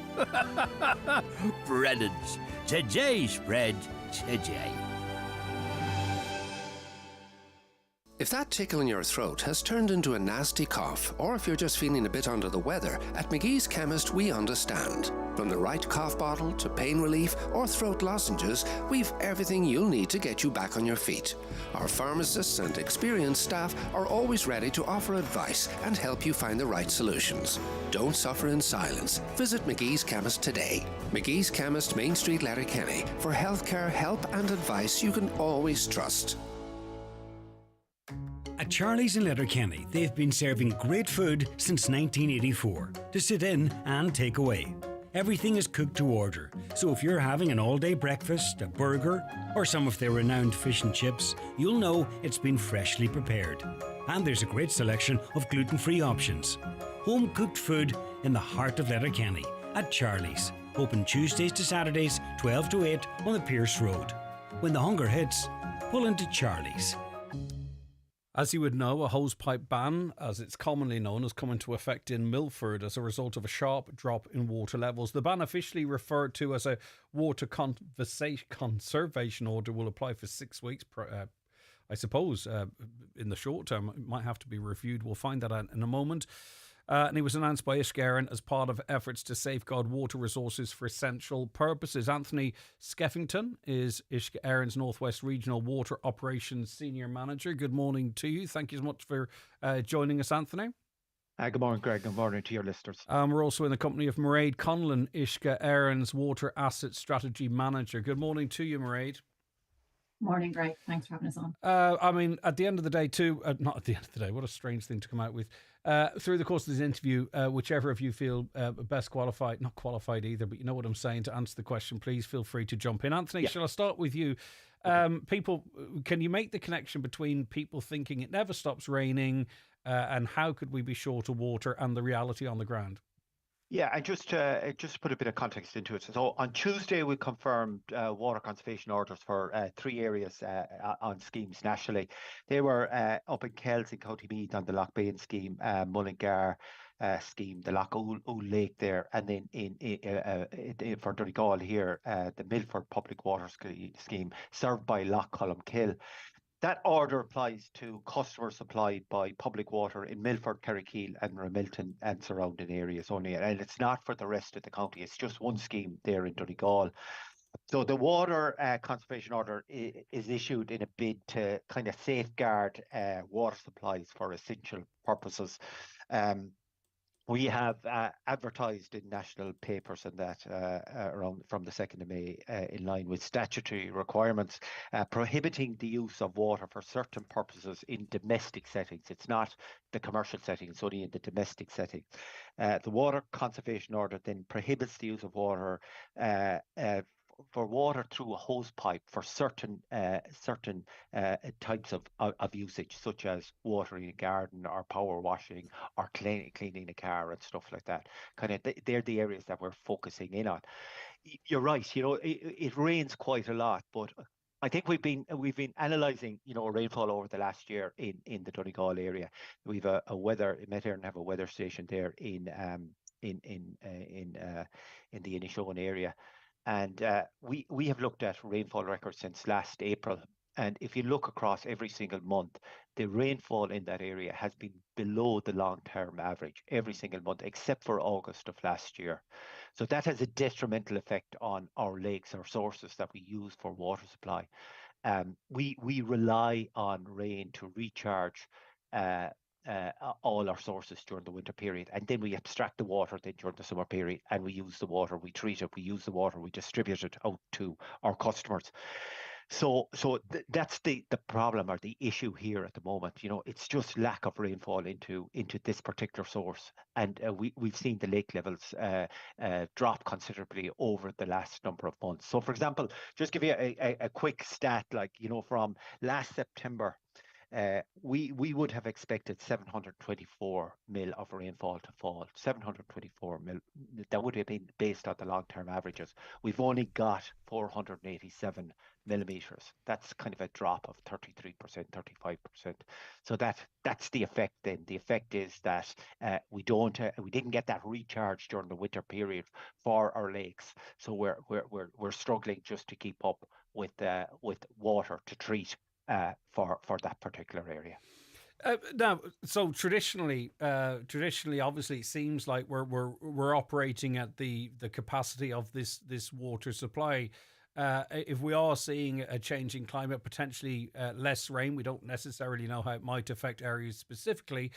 What are we doing going forward to mitigate this? Because we don't want to be dealing with this on an annual basis.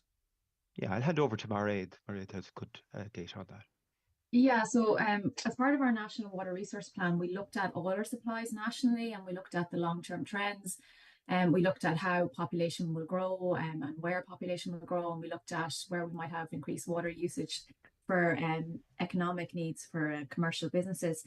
And as part of that that assessment, we did identify that there is an issue at this source, Lough Columkill, and it is proposed that as part of a larger scheme, we are going to interconnect a total of 8 supplies in the Inishowen area, which will include like Fanad, Buncrana, and the Inishowen supplies itself, to create a larger interconnected supply and develop better interconnectivity so the customers in the Milford area could have access to supply from other sources. And that's part of the preferred approach which we've identified through the National Water Resource Plan.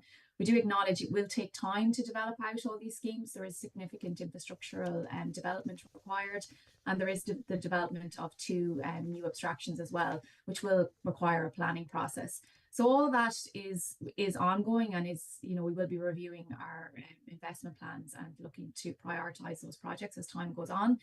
And in the interim, I suppose what we do at all our supplies, and this will not be just unique to the Milford area, this will be across many of our supplies where we have identified deficits. We are looking at managing demand as best we can. So we have leakage reduction. We've done a lot of work on leakage reduction over the last few years across all supplies. And we also look at demand management, so ensuring that we're prioritising connections for housing in the area, and where we have commercial users coming on, that we're having conversations with them about how they can reduce their usage going forward. Do we have the leakage figures to hand? Not putting anyone on the spot here. The last figures I saw, in terms of our loss of treated water, was in the 40% region, I believe. And I think the public find that particularly frustrating, and you'll often hear anecdotal reports of, water running out into a street for 3 or 4 weeks. And I'm not saying that's the case or necessarily expecting you to comment on that directly, but in terms of leak reduction, do we know in terms of percentages the inroads we're making in relation to that? Yeah, it's leakage is a huge area for the business, and we're certainly targeting it as a major investment item for us. We're investing a lot of money in that particular area. For Donegal, it's about 45-46%. That's the leakage or the unaccounted for water rate for the county. But for the Milford area, for example, we've targeted that now over the last 5 months or so. We've been monitoring, as I said, the amount of the lake levels there, and we're trying to reduce back the amount of water that we're taking from that source. So we're doing 2 things. We're focusing in on finding and fixing leaks. So in Milford, for example, over the last number of months, 3 to 4 months, we've got the leakage down to approximately 20% in that particular area, and we're extending that out now into the Milton and the wider area. And we have guys on the ground that are continually finding and fixing leaks, and they're our own crews. They're part Ishgern, and they're part local authority crews, the guys that are still with the local authorities that are working for us. They have great knowledge on the ground, and they are the guys that know the network inside out, and they are working hard in that area, and the benefits can be seen there, in those stats that I've just outlined. The other thing that we did during the winter period as well is that we augmented the supply for, or supplemented the supply for the Milford area from other sources where we have extra water from Cranford, and also now we're taking extra water from the Milford area, the Letterkenny area. So that has reduced the effect on the lake as well. And we're seeing some good data coming back that the lake level is not dropping as quickly as we thought it would be. And this water conservation effort is kind of just doubling down on our water conservation message that we have been, I suppose, advertising over the last number of months, and ensuring that the community work with us just to try and reduce the impact on the lake. It's early on in the year, and you can see even the last couple of weeks, and the number of weeks going forward, the weather is good. We don't want to impact on that either. So we want to be mindful of that. But we'd like to work with the communities to ensure that water conservation is to the fore of their mind. Murray, this is just a general question. People go to foreign countries where there's far less rainfall than there is here, and yet there seems to be an abundance of water. We seem to sort of, fill the bowl and then empty the bowl and then wait for the bowl to fill again. Is there any plans to pursue obtaining the water, from underground or whatever it might be into the future, or is this model that we employ the best way for our country and just the way we're going to be doing things going forward? Yeah, so as part of the National Water Resource Plan, we would have looked at everything nationally. And, as you're right, we do have enough rainfall for our water needs over the next 25 years. That's what we have determined. It's just that maybe with historical development that we developed sources and settlements outgrew the sources of supply. And, as we have said in the media before, there has been a lack of investment in water services over the last 20 years, and we are on catch up now.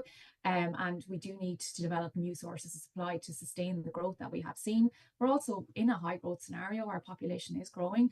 And, to meet that need, we have been using the old assets, the old water treatment plants, the old sources. And a lot of our water treatment plants are working beyond their capacity. They're working at 24-hour capacity all the time. So that does put us in the situation that we have a greater risk of drought in Ireland. Once the National Water Resource Plan preferred approaches are developed, we should reduce that risk, and we're trying to work towards a scenario where people have a better level of service. So we're targeting a 1 in 50 level of service. So what that means for the customers is that they should have less than a 2% chance in any given year of having a significant outage from water supplies. And that would hopefully reduce the need to bring in these water conservation orders. But as Anthony mentioned, this is a proactive measure that we're taking now to ensure the supply for essential uses as the summer progresses and to protect the environment. We do have customers do have their water and they're not experiencing an outage. Yeah. And there's no overnight switch offs or things like that. In terms of this being a 6-week, is it a suck it and see, or if we don't have significant rainfall over the 6 weeks, it could perhaps be extended? It certainly could be extended. This was our first measure, our first go at this, and there are a number of other, I suppose, sources as well, both regionally and nationally, that are stressed at the moment. So we'll be monitoring this over the next number of weeks. We're looking at the data, we're looking at our sources and that, and we're seeing what sources are stressed and stuff like that. In relation to that, Anthony, are there any areas on the brink off the top of your head? Because, maybe people in those areas might think twice about, how they use the water. So obviously we know there are issues in Milford. Like anecdotally, even passing Loch Sult, it looks to be 8-10 feet down on what you'd normally expect it to be. I'm sure there's still an abundance of water there. But is there any places that sort of are on the brink? There would be, yeah. There's a potential drought in the Buncrana area. There, Loch Dhu is the lake that serves Slavery, a water treatment plant. That one springs to mind. We're also mindful of the Letterkenny area and the Loch Morn area as well, where we would have issues previously. But at the moment, they're holding steady. But the message to everybody is to work with us and ensure that they conserve water, that water is conserved and not used previously. So that's the key message here. And is this voluntary? I mean, of course, this has been introduced, right? And people are being asked to adhere to it. But are there any consequences for not doing so? I'm not trying to promote that, don't get me wrong. But, that we're in the carrot stage here, I presume, and asking people to adhere to this. But, are there consequences if someone willfully does not? Look, I said the purpose of the water conservation order really is to protect water supplies for essential use, and Mairead has outlined that as well for the essential use such as medical settings, essential for businesses and fire services. Customers who don't adhere would be liable for a fine, and the idea here is that if somebody is caught, using water that that they would ring into our call center or whatever, or somebody can ring into their call center. But we want to work proactively with people. We have put water conservation orders in previously in other areas and nationally, and I don't think we have found anybody as such. Quite well. I think and it worked quite well. It's kind of reinforcing the message here of and doubling down on our water conservation messages that we've went out previously. So we're not kind of here to beat everybody over with a stick on it, or a hose for that matter. We didn't mention this in advance, and we can chase it up afterwards. I know Uisce Éireann have an interest in Ladies Bay.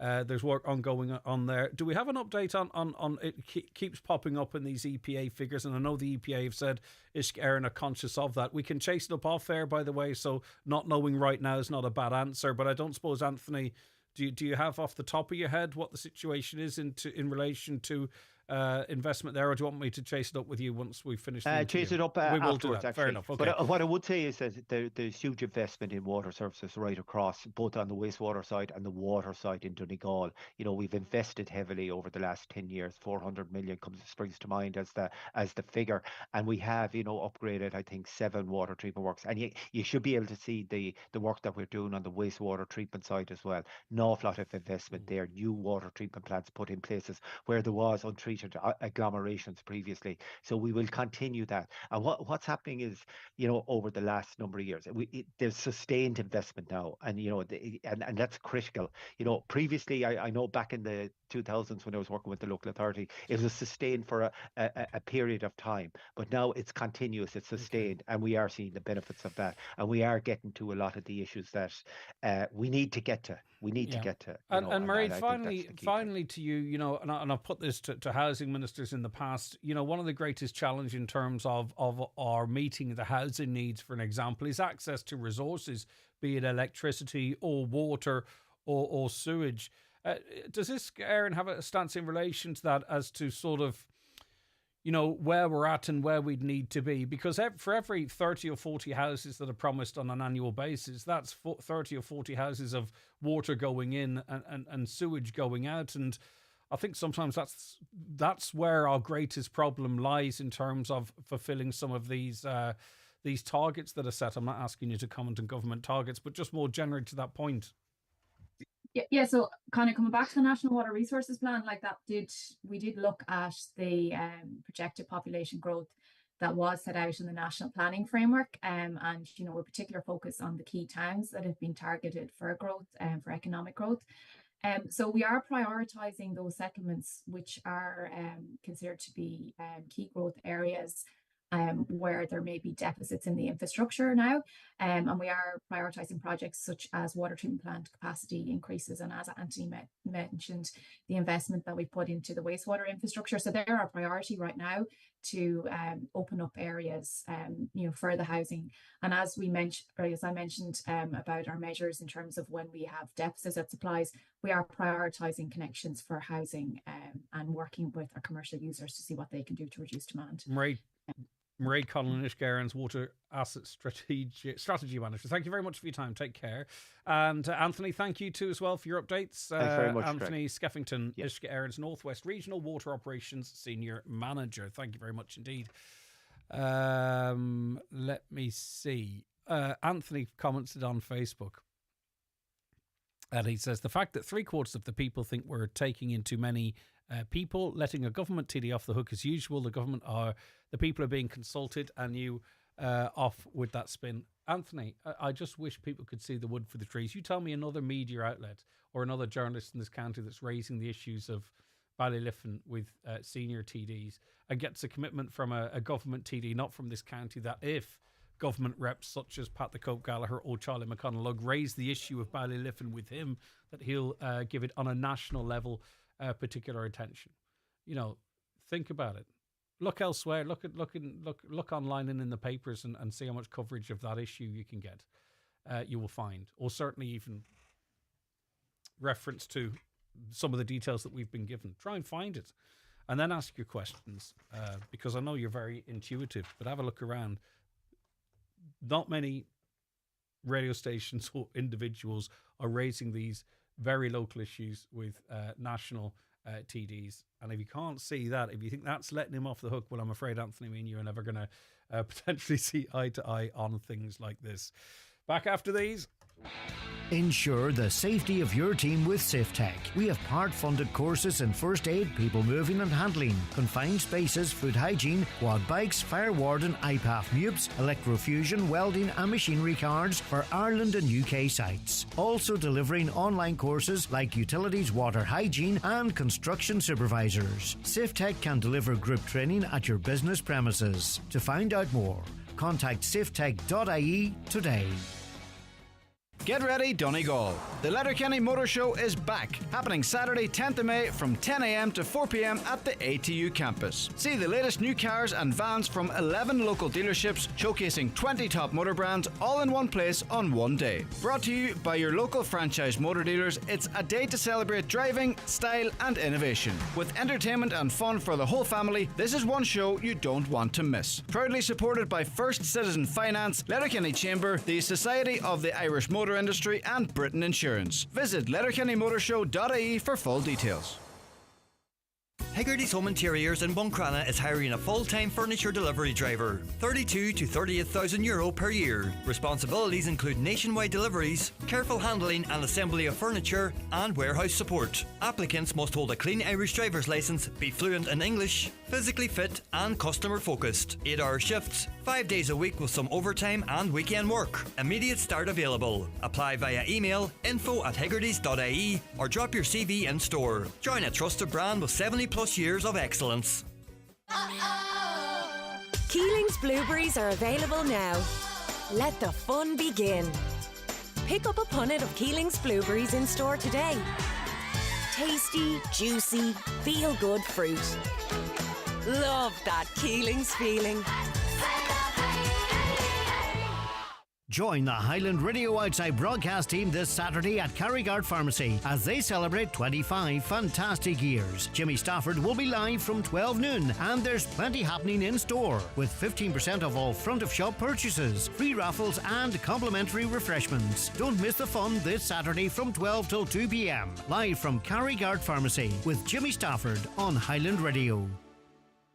Highland Radio weather updates with McElhenney's. Get set for summer with all new arrivals dropping every week, from fashion to footwear and homeware to cosmetics. Discover more in-store or shop online at mcelhenneys.com today. Now, as we mentioned in our previous conversation, the weather's sunny and it's going to be about 17 degrees. As we mentioned in our previous conversation with Uisce Éireann, a beach in Donegal is still not meeting minimum bathing water standards, according to the EPA's latest report, which was published today. Ladies Bay in Buncrana has again been rated as poor, one of only 2 beaches in the country to be given that designation, along with Sandymount in Dublin. Last year the figure was 5, so inroads are being made. I'm going to be parochial because of time constraints straight away and focus on Ladies Bay with Anne-Marie Ryan, Scientific Officer with the EPA. It's really frustrating for locals and those that wish to use Ladies Bay, Anne-Marie, because we know what the problem is, and we're going to be getting a timeline from Uisce Éireann later this morning on when they hope to do work to improve that situation. But it is a problem that can be overcome. Yeah, absolutely, Greg. Good morning. So Ladies Bay in Buncrana has been classified as poor for the last 4 years, so 21 to 24. And you all know the main source of the pollution affecting the bathing water is untreated wastewater, which is basically released from the town's collection system. It's exacerbated by heavy rainfall, so there's a climate element to this too.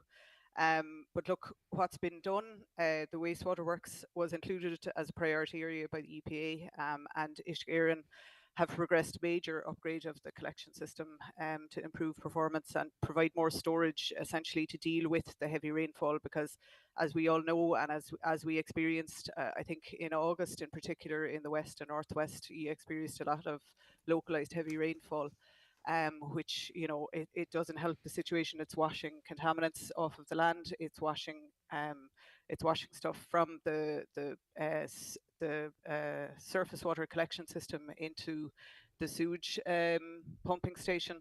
So look, I think the works that Uisce Éireann have carried out will definitely make a difference. We hope to see an improvement in water quality in Buncrana this summer, this bathing season. A great facility for people to look at the current bathing, the water quality status is beaches.ie. So you can go on there, you can have a look at Buncrana, you can look at all the beaches in Donegal.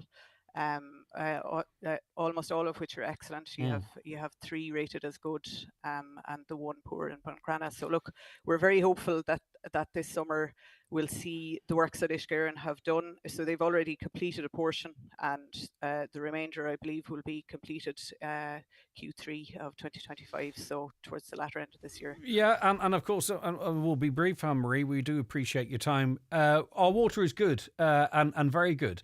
You know, we should be very proud of that. We're meeting standards and exceeding them too. And areas that have had problems in the past, we have seen investment that improves the situation drastically. So generally speaking, it's a positive picture with a couple of notable exceptions. It is, and we have some beautiful beaches, especially up in Donegal. There's some great swimming spots, and these results are great, you know, in terms of sort of showcasing our beaches, the high quality of the water we have, and the fantastic community we have. As we go into the summer months, you know, we'll all be looking forward to hopefully a good summer. Hopefully this isn't it. Would you get out of that? Anne-Marie Ryan, thank you very much for your time, and maybe you can come up and sample our beautiful waters here. Take care. She's scientific officer with the EPA. Summer is just around the corner, and it's now time to shop for your dream garden furniture at Easy Living Furniture. We've got a huge range of garden furniture and accessories at unbeatable prices, and if that's not enough, we'll throw in free delivery on all garden furniture. Transform your garden or patio for the ultimate al fresco dining experience. Don't miss out. Come in today to grab these incredible deals before they're gone. Only at Easy Living Furniture, Crescent Link, Derry, Londonderry. Join Davita's home care team.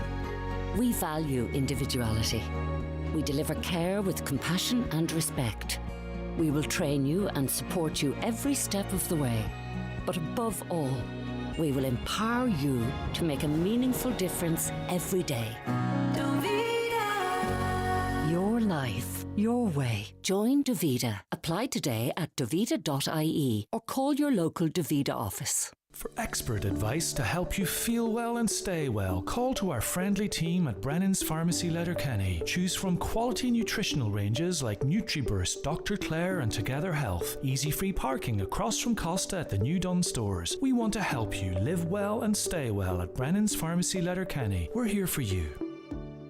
Massive savings at Doherty Super Value Carndonna. At our butcher's counter, eye of the round roast beef better than half price. 7.5 kg roosters only €5.59. And any 3 fruits only €10. Real rewards, real value. Shop smart, save big at Doherty Super Value Carndonna. Lena Europa fi washa Dave Gallier.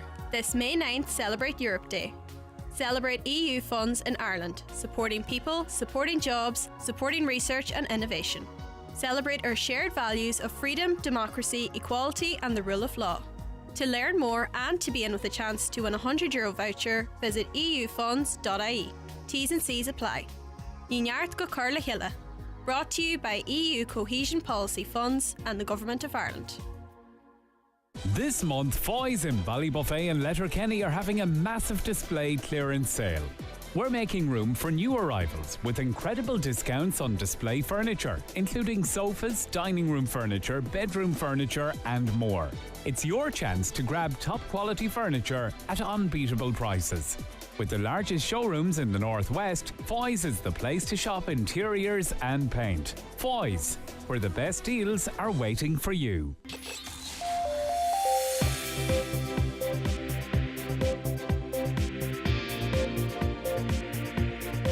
With all the stories that matter across the Northwest, it's Greg Hughes on the 9 to Noon Show on Highland Radio. And it's 11 o'clock. Let's get a news update. And good morning once again to Donald Kavanagh. Thank you, Greg. Good morning. Well, within the past few minutes, black smoke has emerged from the chimney attached to the Sistine Chapel in Vatican City. That indicates that after a second vote at conclave, no pope has been elected. Cardinals are expected to take another vote before lunchtime. There could be 2 more votes this afternoon, 4 votes in total per day. As of yet, it's not known who the front runners are or how things are going in conclave. It is obviously taking place totally behind closed doors, but we do expect another vote, possibly on this side of lunchtime. A beach in Donegal is still not meeting minimum bathing water standards according to the EPA's latest report, which has been published this morning.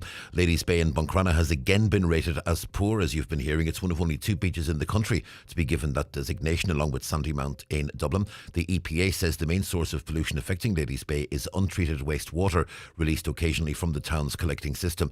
Ishka Aaron says it's progressing a major upgrade of that system. Much more on this on our website, highlandradio.com. Midlands Northwest MEP Nina Carberry is welcoming the publication of a European Parliament report on the proposed EU water resilience strategy. She's calling on the Commission to match Parliament's ambition when it publishes its proposal in the coming months. Ms Carberry, who is Vice Chair of the Parliament's Group on Seas, Rivers, Islands and Coastal Areas, says water must be placed at the heart of EU policy and is a resource, she says, that is far too often taken for granted. The Health Minister insists there will be enough nurses to staff the new National Children's Hospital. The long-awaited hospital, which has faced constant delays, is due to open next year, but the INMO says there could be as many as 300 fewer nurses than are needed to staff it. Minister Jennifer Carl McNeill says she doesn't believe that'll be the case. The Policing and Community Safety Authority is urging people in Donegal to participate in a consultation on the policing priorities for An Garda Síochána over the period from next year until 2028. The PCSA is running the consultation exercise until June 8th. Its CEO told Craig on today's 9 till noon show that at a time of scarce resources, this is a means of ensuring people's voices are heard when those resources are being distributed. And the Taoiseach is meeting the President of the European Commission in Brussels. The talks between Micheál Martin and Ursula von der Leyen will focus on the war in Ukraine and Gaza and the EU's response to Donald Trump's tariffs. The countermeasures are due to be made public today. Meanwhile, it seems the US has done a deal with the UK. Donald Trump has teased an agreement with what he called a highly respected country, and the British Prime Minister Keir Starmer is also hinting that a deal is imminent. And we're back with news headlines again at 12 noon. Donald, thanks very much indeed.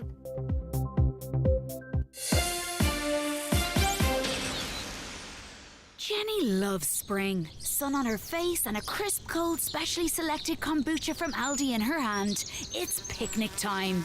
Uh-oh, wasps. Usually she'd freak out, but all the specially selected olives, relish and Gortnamona Irish goat's cheese have her feeling so at one with nature. She's thinking maybe wasps are just misunderstood. Now nothing can stop her enjoying picnic season. Not even that. Good food, good mood from Aldi. Have you seen the video, the story circulating primarily online? People Before Profit TD's Ruth Coppinger and Paul Murphy. They refused to answer a question from Grips journalist Ben Scanlon. And it's all over the place. It's massive news from a relatively small opposition party. And it's great to see journalists from this county and around the country actually rowing in behind journalist Ben Scanlon, who 2 politicians refuse to speak to, which is lovely, isn't it? Thankfully, nothing like that would ever happen around here. Which is good, and I'm sure if it did, there'd be loads of support as well. Right, Charlie McGettigan's a Eurovision winner. He joins us on the programme now. Good morning, Charlie. Thanks so much for your time. You'll be glad to know I'll speak to you, Greg. Don't worry. Thank you, Charlie, because I feel so isolated and sad. No, come here. You're among... And, you know, you spoke to me in a studio in Donegal Town. I used to do a show on a Monday night for Northwest Radio. I remember it well. And I have the tape. I have the tape. Oh, and I really must listen back to it because both you and I, Charlie, were... Well, it was some time ago. Let's just put it like that. Yeah, we were rookies. We were rookies, but it was lovely at that time in your life to have that time with you, Charlie. But here we are. Go ahead. I remember. Well, I remember that night so well. We visit Donegal Town quite a bit. Myself and my wife were both originally from Ballyshannon, so Donegal Town is we do a little route. We do Ballyshannon, Rossnowla, Donegal Town, and back to Ballyshannon, and we always do it 2 or 3 times a year. It's just a great place to visit, you know. Lovely. Okay. You've joined scores of previous participants in demanding the expulsion of Israel from this month's Eurovision Song Contest. And I'll put the question to a government minister a little earlier on, Charlie.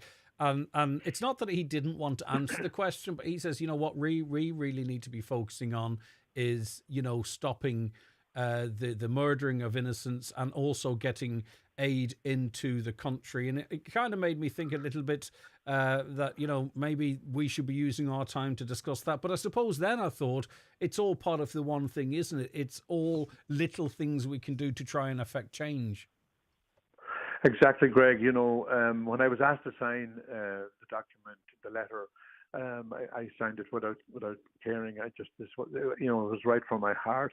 And that, like everybody else, you and me, and we sit down every night and watch our TV news and sort of see such dreadful things that are happening to the people of Gaza, their entire city knocked down. It's like something.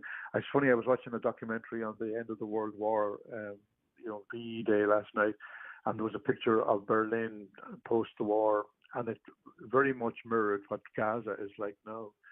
I've been saying to people over the last couple of days that I draw the analogy that it's just as if during the Troubles here, during the 30 years of conflict here, that the British government decided, we know there are IRA cells in Belfast, in Derry, so let's blow the whole place apart and that will surely, because I could imagine what that would have caused.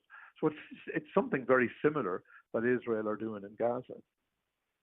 We can feel a little bit helpless in these situations, that we can't do anything. We feel far removed, stories fall off the news cycles, and then something like this comes up, right? And it feels like, right, we can get behind it, and it might not necessarily affect change, but it's something that we can feel a part of in sending a message. Is that why this is catching on?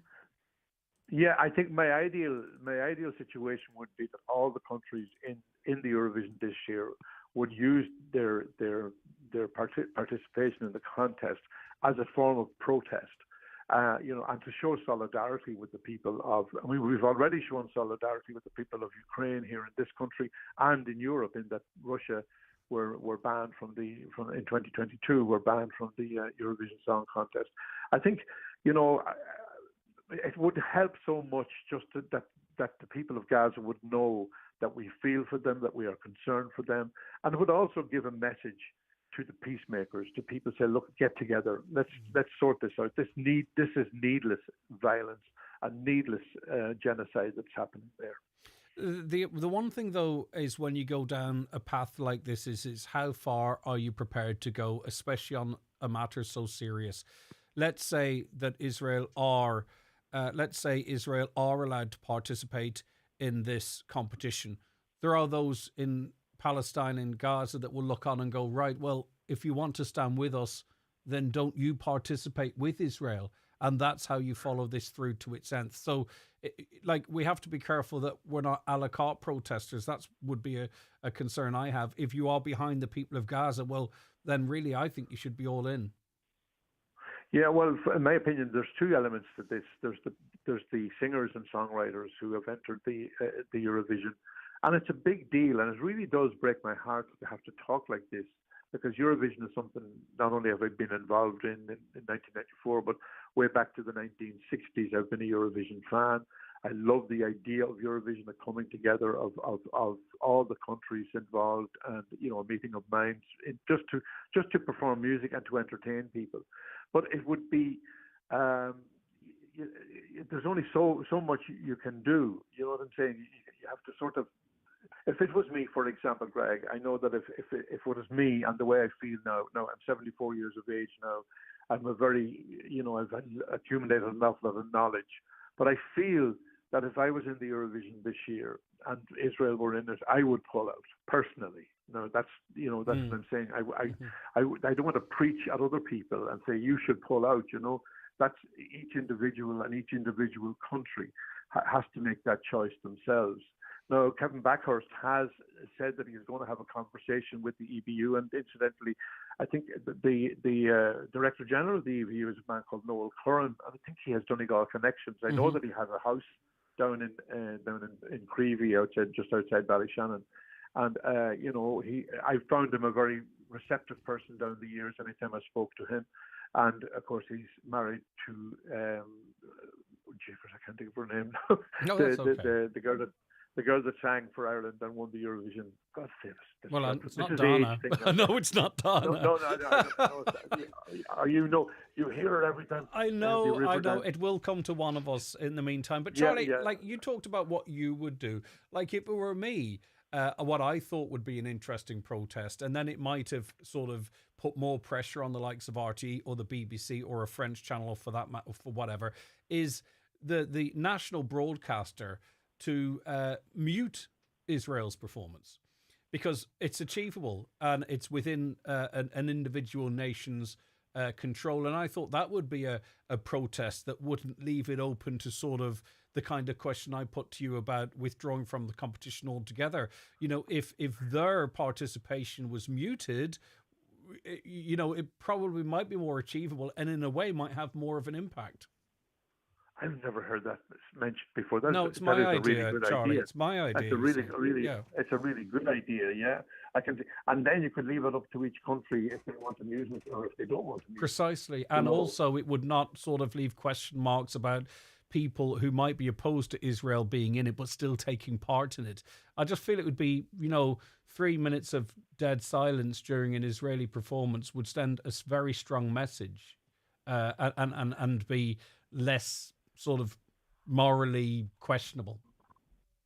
I think that is an absolutely brilliant idea. I hadn't thought of that. I wonder have the powers that be thought of that. I haven't heard it, and I haven't seen it anywhere, Charlie. I just thought I'd put it to you. And it also takes this whole idea. I know how much work goes into entering the Eurovision Song Contest, and the last thing I want to do is to say to Ireland, "Sorry, you can't go in. We're right. You shouldn't go in."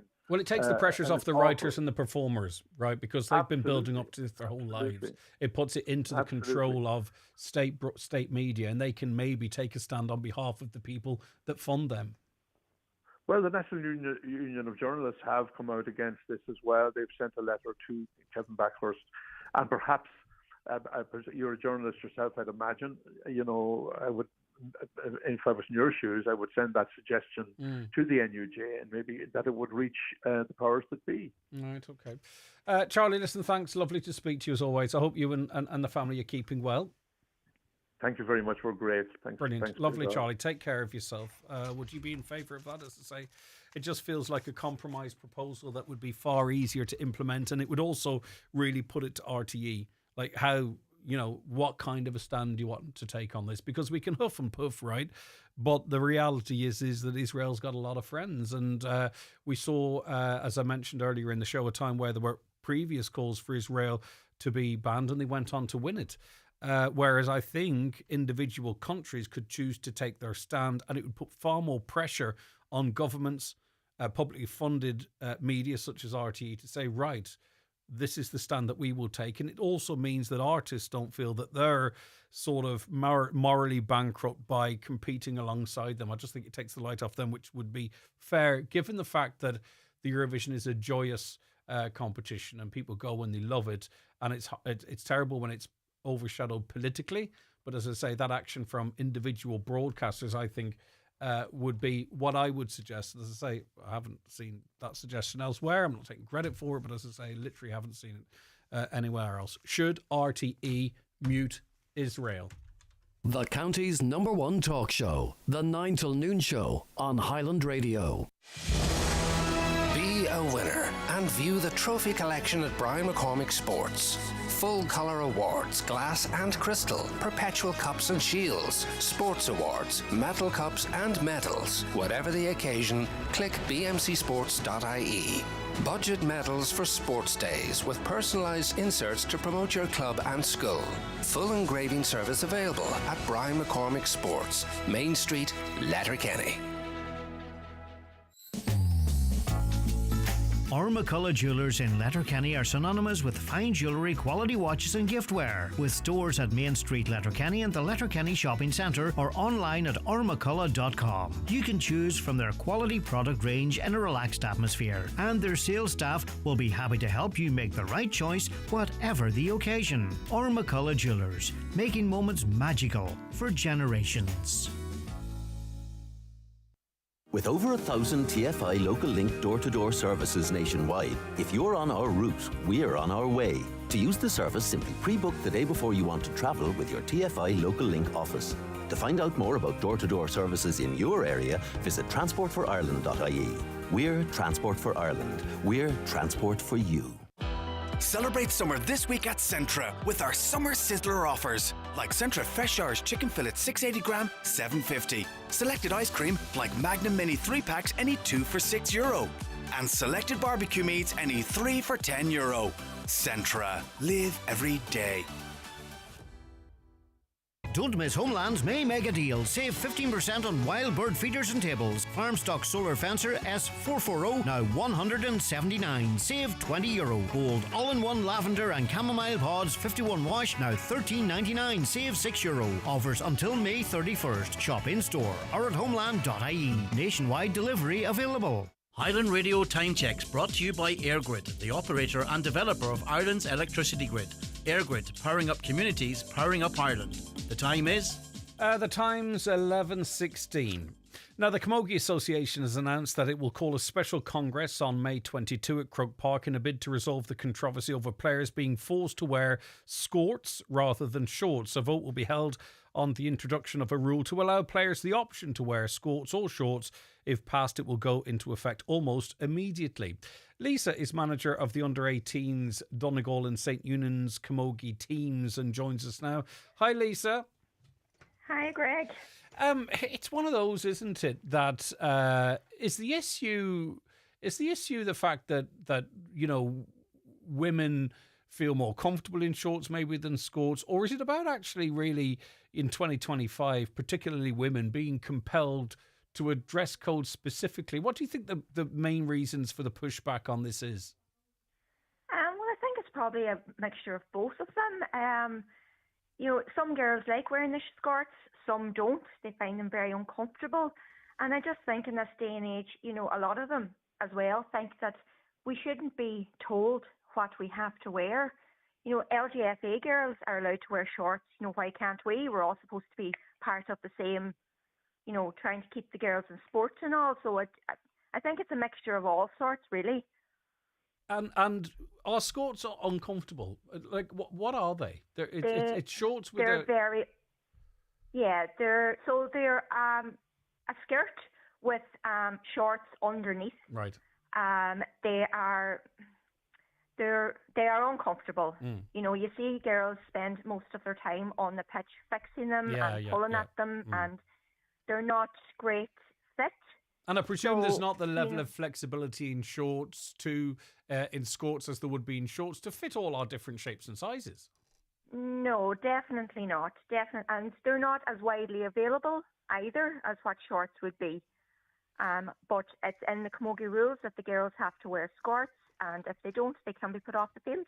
And how pleased are you, Lisa, that the women standing up to this seemingly have affected change in relation to this? That there's been, you know, especially with a showpiece event, that the stance has been taken and the Kamogi Association has had to listen.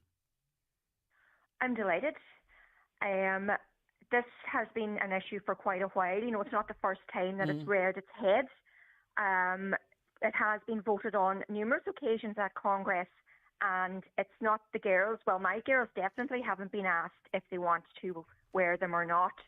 So it's great that the girls that are on these highly prolific teams are standing up for the girls that aren't. I think it's brilliant. I really do. And just given the makeup of the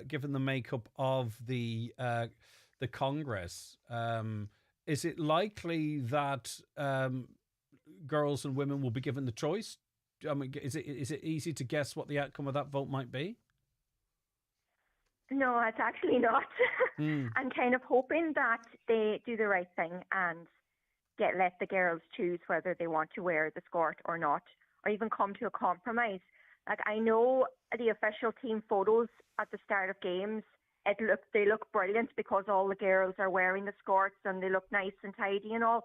But from a practical point of view, they are really unfit for purpose. Yeah, and I suppose it's about the delegates listening to the players and those that support them, and that's how that vote will be carried. Holly is a player with Bert. Hi, Holly. Good morning to you. Hi, how's it going? So, Scoretgate, how bothered have you been by this? And listen, on the wider scale of things, right? We know it's not insignificant, but it's not the most important thing in the world. But as a player, you know, how long have you been going? I wish I didn't have to blooming wear this skort. Yeah, so I've been playing with the boys team since I was 5 up until under 13. And of course, there was no issue there. Got to wear my shorts and made the move to under 14s then. And all of a sudden, on the Kamogi team, you had to wear a skirt and didn't know what the reason was. It was just the rules. But it's just very unpractical, as Lisa was saying. It can be really uncomfortable, and not everyone likes wearing them. Don't get me wrong, some players do like the look of them, but a lot of players don't like the feel of them, and it just thinks it's really impractical. Is it possible, and affects Holly, the performance of the players? Yeah, do you think, and with all that in mind, do you think it's possible that, you know, if a choice is agreed, that more women and girls will play this sport? I wonder, is it so uncomfortable, or are people so uncomfortable in that type of clothing that they've stopped playing or don't play? Yeah, 100%. Like, the skirt just doesn't accommodate everyone's needs. It doesn't fit everybody. So I think if players were given the choice, if the rules weren't so strict, it would just encourage more players to actually play the sport and take part. And the one thing in all of this, Holly, and I'll come to you on this as well, Lisa, is that all of this press coverage and all this media coverage and all these conversations really should be about the game. What happens on the pitch, elevating it even higher than it is, encouraging more people to go out and cheer on women and girls playing Kamogi, you know, rather than in 2025 talking about whether they can wear shorts or not. This should be driving, you know, the positives of the game, and that's on the pitch. Yeah, 100%. The players' choice should be number one in this. I think it should be more player focused and more about the actual game, whether than what the player's wearing. Yeah, Lisa, finally to you, you would agree this should be about really talking about the game and the amazing commitment of the athletes that take part and what they do on the pitch and the skill on show, rather than whether they're in shorts or not. Oh, definitely. Like, the amount of girls that play Kamogi is hugely less than what would play football, for example. Like, and I suppose there's no such thing as bad publicity, and it's great that Kamogi is in the spotlight, but it's in the spotlight for the wrong reasons. Yeah, exactly. But yeah, definitely more player focused, and like, it is the fastest field game in the world. But you know, that's not what is being put out there at the moment. It's all about, they should be wearing this or they should be wearing that. Well, and it's not, you know, it's not fair to the girls who are playing. Yeah. Well, when all this is done and dusted, I would love either or both of you maybe to come back on and we could have a chat about Kamogi and how people could get involved in the sport and all that kind of stuff. Because, you know, have to practice what you preach, and it'd be lovely if we could do a wee feature maybe on just the Kamogi and not what people are wearing. I don't know if either or both of you might be interested in that. Oh, definitely. Yeah, I'm all about promoting the game. Brilliant. Yeah, well, we'll get that sorted. Is that all right? Yeah, definitely. All right, brilliant stuff. Yeah, Thanks, brilliant. Lisa. Thank you, Holly. Take care of yourself. Now, there's no guarantee that motion at Congress will be passed. It's on May 22. The delegates need to listen to the women and girls playing the sport. They really, really do. Right. Manus O'Donnell is involved in Kamogi as a referee and coaching for 4 decades now. Hi, Manus. How you doing? How you doing, Greg? I'm doing good. And you're backing those in this regard. You say, listen, they need to be listened to. Well, I think it's been player driven, and the GPA are listening to the players. So I think the association has to listen to the players, and it's what's going to promote the game for younger girls. And it's not really great publicity for the association. Issues like this, and unfortunately, I think it's been driven by the players now. They must have a lot of frustration at the situation that was voted down last year at Congress, and I suppose they're putting pressure on as the GPA now. They have the members of that. The GPA is pushing the views of the players, and at the end of the day, these ladies and girls are the people who play the game.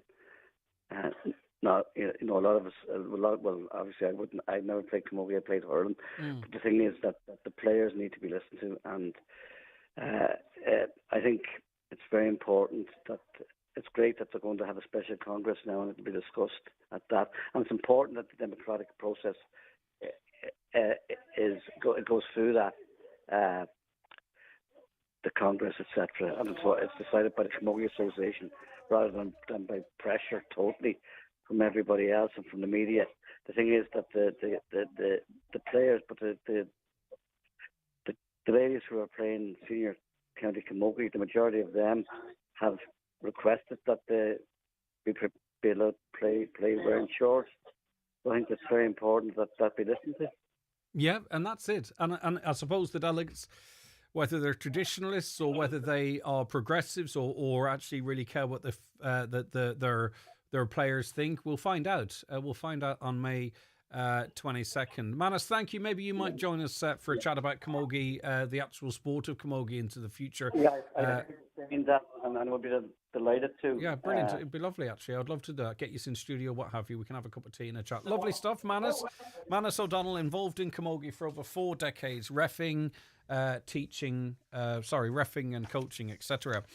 A peaceful gathering is taking place this Saturday from the square in Clonmany at 1 p.m, heading towards Ballyliffin. It's in relation to the concerns that an iPass centre could open at the Strand Hotel. Another typical Irish water spin. They mismanaged the lake in Milford and over-extracted and now taken from other areas that are also under pressure. 45 to 48% leakage of treated water. Unbelievable, Jeff. That's so... Almost half of the water that's fluoride's put into and it's cleaned out is unaccounted for. Imagine that still. I thought it might be down to 30% or whatever. But I think 45 to 48% we were told in the last interview. Still unbelievable. Ishka Aaron need to go out and fix burst pipes, says this listener. They need to be replaced rather than repaired. Sitting at a computer and doing research is a waste of resources, in my opinion. But if that research feeds into the actual action on the ground, then it's not. But I take your point.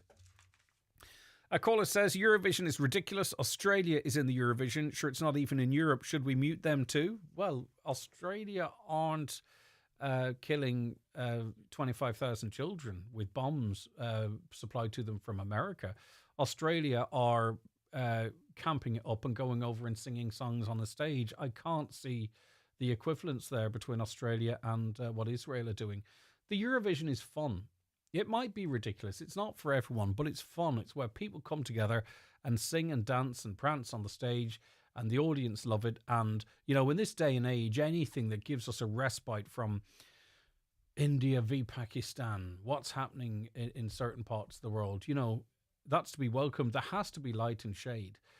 We have to allow ourselves to be happy and break our negative thoughts at times, or else life becomes very difficult to live.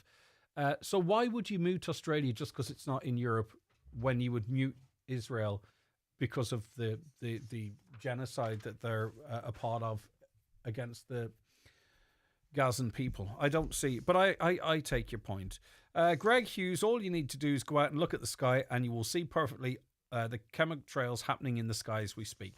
But are you talking about exhaust fumes for an aeroplane? Or are you talking about something else? Please explain it to me what you're...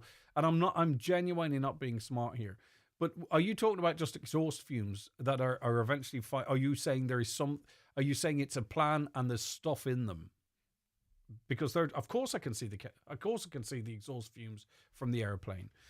A caller says, we haven't a politician apart from Pádraig McLaughlin to speak up for the people of the Clonmany area. They should be ashamed of themselves. That comes in from Ava. Oshin says, always knew that water would be like oil in years to come, but this beggars belief. These people are so out of touch. Milford and Fanad are now in a show, and Loch Dhu was tampered with for concrete testing, and the result is a leak with no local knowledge used. There's The result, Buncrana has no water, but does have a dam supplying the rest of East Donegal. Irish Water set up for privatisation, full stop. Does the water from the Eddie Fullerton Dam, is that pumped into Letterkenny now, or is that still in the pipeline? Pun kind of intended. Because there was some concern. Remember that was up for grabs, was it 7, 8, 9 years ago? So is Buncrana water going into Letterkenny now, or is that still a pipe dream? Back with more after these. Charge into summer with TUI. Secure your holiday today with savings for families and adults flying from Dublin, Cork and Shannon. Holiday sorted. TUI. Live happy.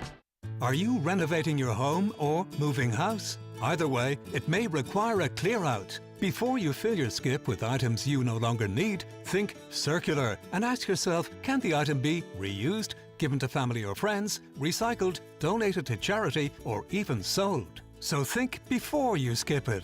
Go to mywaste.ie for help and suggestions on how to do a clear out in an efficient and circular way. Brought to you by the Government of Ireland. Welcome to Cherrymore Kitchens and Bedrooms in Donegal Town. Discover affordable luxury with their bespoke fitted furniture solutions. With almost 30 years of serving Ireland and the Northwest, we're your trusted experts. Visit us Monday to Friday 9 a.m. until 5 p.m. and on Saturdays from 9 a.m. until 3:30 p.m. Book your free consultation today on 074 9725822 or visit cherrymore.ie. Cherrymore Kitchens and Bedrooms, where affordability and luxury combine. Ready to order your 252 Kia? Then get to iMotors Letterkenny from Thursday, May 15th to Sunday, May 18th. Explore the exciting new Kia range with cutting-edge tech, bold design and unbeatable value. Donegal's #1 selling Kia brand and Donegal's #1 selling Kia electric brand. We're taking 252 orders now. Your perfect car, built your way. Saturday 10 to 5, Sunday 12 to 4. Don't miss it. iMotors Letterkenny. iMotors, fearless generation. Make more meals for less with Dunn Stores, where you'll save on ingredients for a delicious scrambled oats yogurt bowl. That's bananas mixed with fresh eggs, 6 for €1.39, and porridge oats, 1.5 kilogram, just €1.19. Cooked in a pan and served with 69-cent natural yogurt and your favourite fruit, all from the Dunn Stores range. A perfect breakfast to have at home or on the go. Plus, save at the till with a 5 off 25 grocery voucher. Dunn Stores, always better value. Terms and conditions apply. Voucher can be used on next in-store grocery shop of €25 or more. As we mentioned at the start of the programme, there's been a really worrying rise in reports of elder abuse, with complaints doubling since the start of the COVID-19 pandemic to more than 7,500 in a year. The government's being urged to widen laws on coercive control to include adults looking after their parents or older relatives, after the figures show that psychological abuse is the most common form of abuse against those aged over 65. Again, it's very, very, I find this incredibly saddening, because older people can feel more vulnerable than other sections of society, and to imagine that in their latter years that that discomfort, that abuse is coming from maybe people charged with their care or who should be caring for them, is very upsetting, I find. Anyway, Camille Loftus joins me on the show now. It is Camille, is it? It is indeed. Lovely name, I'm Camille. the head of. No, I'll head do of that. advocacy. I will do that, Camille. It's okay. All righty. I'm only messing. Camille Loftus, head of advocacy with Age Action. And Camille, you know, this is, I mean, listen, it's good that we're getting the reports, because hopefully there's interventions and what have you. So the reporting mechanisms are working, it would seem. But then we are also talking about, you know, thousands of people in a very difficult situation, which we'd love to see not the case. What's your reaction to it, Camille? I mean, it is extremely worrying, and it is really disappointing to see, in one respect, to see that people in the latter years of their lives are feeling afraid, you know, feeling pressured, feeling, you know, subject to abuse. The big takeaway I take from this is that child safeguarding, as it stands, you know, as a result of all the learning we did from the history of failures in child safeguarding in Ireland, that's now legislation. You know, there's a legislative requirement on anybody who deals with children to put in place measures to ensure that children are safeguarded. We have policies like that in relation to adults, but they're not on a legislative basis. And it really does make a difference. Because if it's on a legislative basis, any institution, any organisation that's dealing with older people needs to have policies in place to make sure that you're trying to safeguard against any potential abuses, and that you have really good responses in place when abuse does occur. The abuse that we're seeing, is it in certain settings versus maybe in the home? Can we break down the figures in that way? Well, we can, although one of the risks is that when people are at home, that abuse may not be recorded as well. Yeah. So that's a factor to bear in mind. But I suppose what I would say is that, again, if we have these things on a legislative basis, then there is, and you can see that in relation to child safeguarding. If you do any work with children now, you have to be screened before you do so. You have to be trained before you do so. You have to understand what the risks are. All of those things are in place as a consequence of there being a legislative basis. Yeah. But we don't have that same sort of basis in place in relation to older people. And I'd stress too that it's not only older people who are in need of this adult safeguarding provision, but obviously younger adults who have disabilities. Yeah, vulnerable are adults. often Anyone very with vulnerable. vulnerability, yeah, for sure. That's right. What when we talk of elder abuse, of the 7,500 that we're seeing in a year, what are we looking at? What is elder abuse in the context of the main complaints that are being received, or the main reports, that are being received? I mean, we can see it cuts across quite a number of dimensions. I mean, it includes physical abuse, it includes sexual abuse, it includes financial abuse, which is something older people are particularly at risk for, and coercive control. So there are all of those dimensions present, and quite frequently, particularly if you are a person... before I go any further, I'll say, not all older people are vulnerable. We need to remember that. And there is a risk of sort of thinking that everybody, once they reach a certain age, becomes vulnerable. And in fact, that's not the case. But certainly, for people who are vulnerable, particularly for people who have health conditions, who are maybe living on their own in more rural areas, who are living in institutions, there can be a real concern about speaking up and flagging that there's a problem.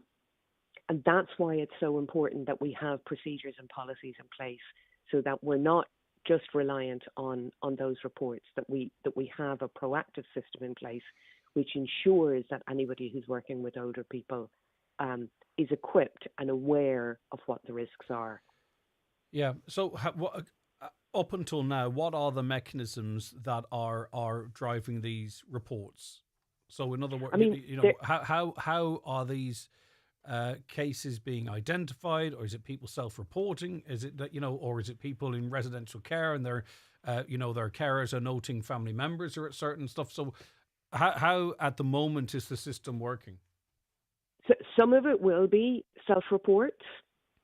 Some of it will be people, possibly family members, but not always family members, who, in the same way as one might with a child, see somebody and goes, something does not feel right there. Neglect, for example, is an issue in relation to safeguarding as well.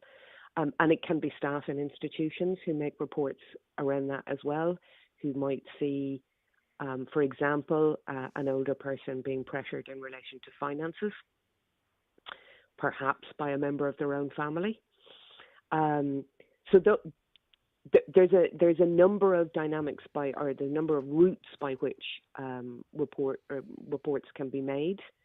But I think what we need is a much higher level of awareness. I mean, I think that one of the things that happened during COVID was that lots of people's eyes got opened to the kind of risks that older people can face. We know that things were not handled the way they ought to have been handled in long-term residential care, for example.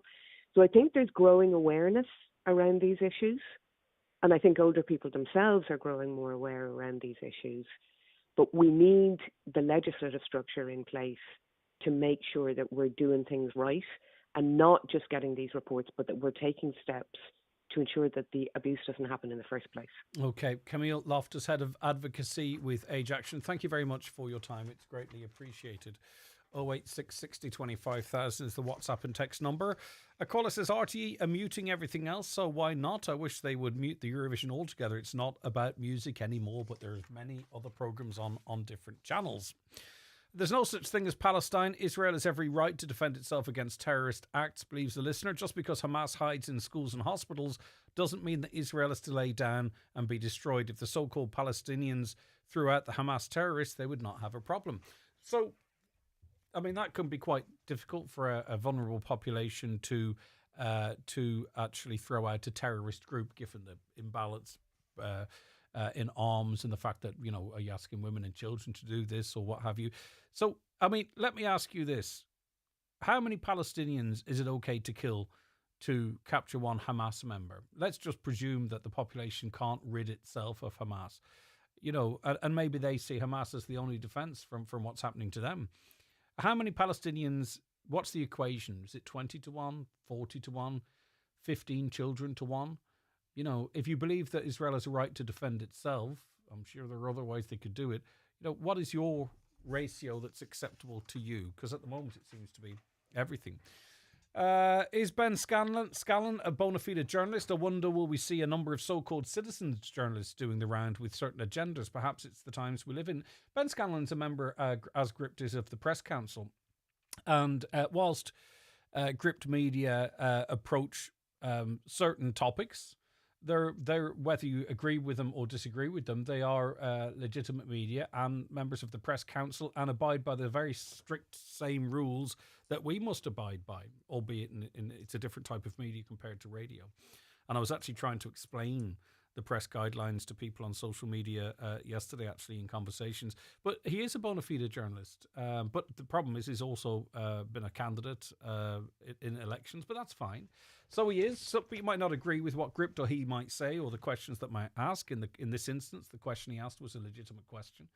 And the two politicians decided they didn't want to speak to him. And all of a sudden it's trending all over Ireland, which, as I say, I'm glad for Ben to have that level of support. Everyone agrees with the humanitarian side of things with Israel. Do they agree with what the Palestinians are doing? Don't forget that they are the ones who started this. There are two sides to everything. But would you call, say, for instance, say during the height of the Troubles, would you say the Irish were doing something, or would you say the IRA were doing something as an example? It is somewhat different. Don't get me wrong. But my point is you just say the Palestinians, what they're doing, but it's elements within Palestine that carried out that atrocity on October 7th. They should have been rounded up, hung, drawn and quartered for what they did to those innocent people. But we are quite some year on. And as terrible as the 1,500 deaths were in Israel, we're well in effect of 50, 60, 70,000 now. And there's been collective responsibility to the entire population of Gaza.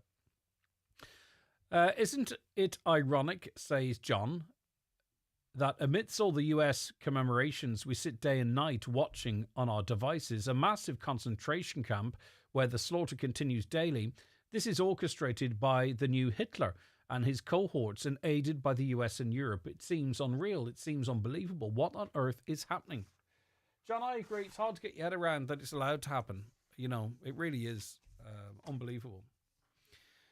Do me a favour, this evening when you go home, if you have oil heating or a neighbour has put your nose over the exhaust, and then come in tomorrow morning and tell us that jets are not polluting the atmosphere. They burn kerosene, basically heating oil, but unlike your oil burner, hundreds of thousands of times more. Yes, of course, it's terrible.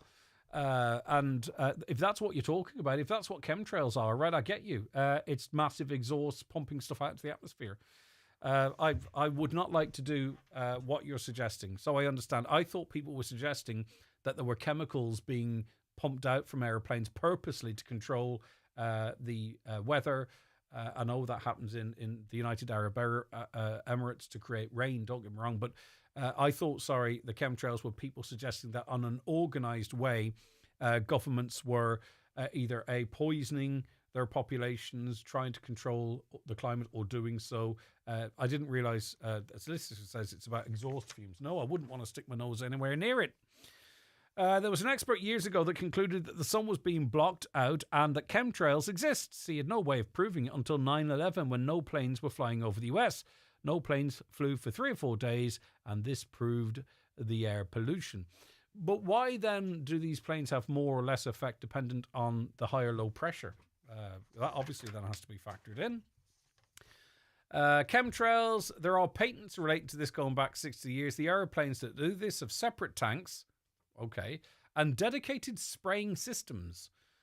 Again, why has Ryanair not said anything about this? Or Michael O'Leary, or Aer Lingus, or Putin, or Trump, or Kim Jong-ho?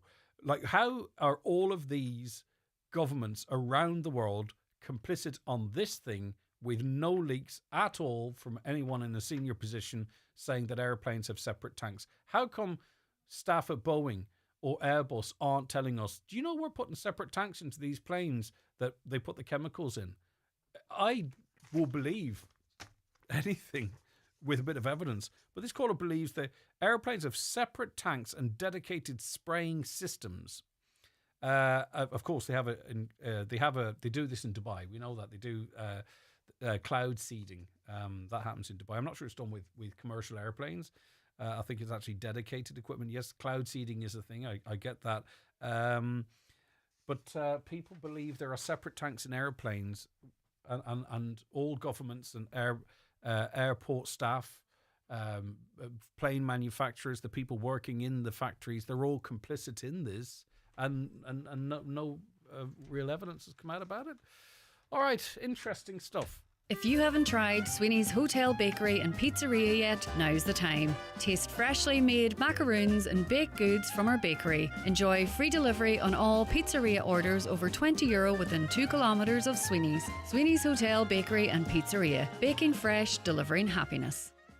If you're looking for a competitive insurance quote, contact Hickey Clark and Langan Insurance Brokers in Letterkenny.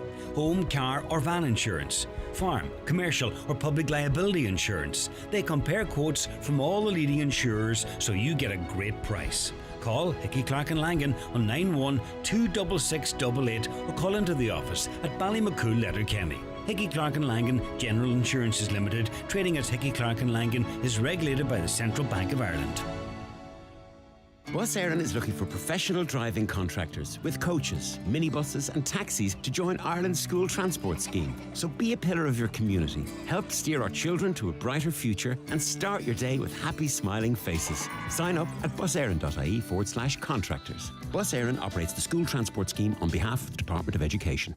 Looking for a technology partner to help you reach your business goals? With cybersecurity solutions from Vodafone, your business can hack off the hackers.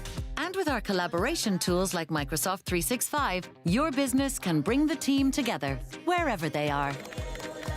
Keeping your business secure and productive. Make technology work for you with solutions and support from Vodafone. Search Your Business Can today. You don't need me to tell you, business isn't easy. But if you look in the right places, there are easy wins out there. 3 words, SEAI Business Supports. And I know what you're thinking. Sure, that'll take ages. 3 more, Rapid Approval Grants. So you can start cutting your energy costs in minutes. Now, I can't do it for you. I'm just a voiceover. So head to seai.ie/easy wins. Are you ready? Supported by the Government of Ireland. Highland Radio weather updates with McElhenney's. Get set for summer with all new arrivals dropping every week, from fashion to footwear and homeware to cosmetics. Discover more in-store or shop online at mcelhenneys.com today. So, dry today with spells of sunshine. Highest temperatures of 16 to 17 degrees. And as has sort of been the trend with more recent good weather, we seem to be getting better temperatures in the west than they can expect in the east. Paula Coyle is Clinical Services Manager with Pieta Northwest and joins me on the show now. Good morning, Paula. Good morning, Greg. Right, now, Darkness into Light is soon upon us with dozens of events, hundreds of events around the country and dozens around Donegal. How significant is this as part of, I suppose, being able to maintain Pieta's level of service? To be honest with you, Greg, the Darkness into Light is vital for us to maintain our service.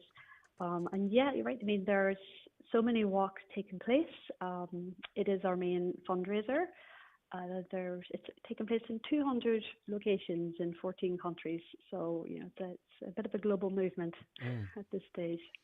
There is, because I think one of the biggest pushes, if I'm reading the marketing correctly this year, is, yes, it's great if you go out and walk and what have you and talk about it but registration is critical because that's that is where the money is raised.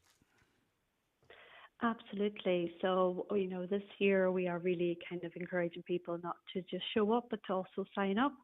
I mean, it's an amazing experience. It's an amazing walk, and it is a lovely way, to I suppose raise awareness and to show support. But reality is for us, it is also our biggest fundraiser. We rely on fundraising. We are reliant, actually, 87% of our annual income comes from community fundraising and donations. So we really have put our efforts into this year. We need, I suppose, the funds from Darkness into Light. Yep, and people can sign up today. There's a special registration event in Letterkenny, is that right? They can. There's still opportunities to sign up. So this evening in the centre here in Letterkenny, which if anybody doesn't know where we are in the Grand Central building, just across from Marks and Spencer's, 3rd floor.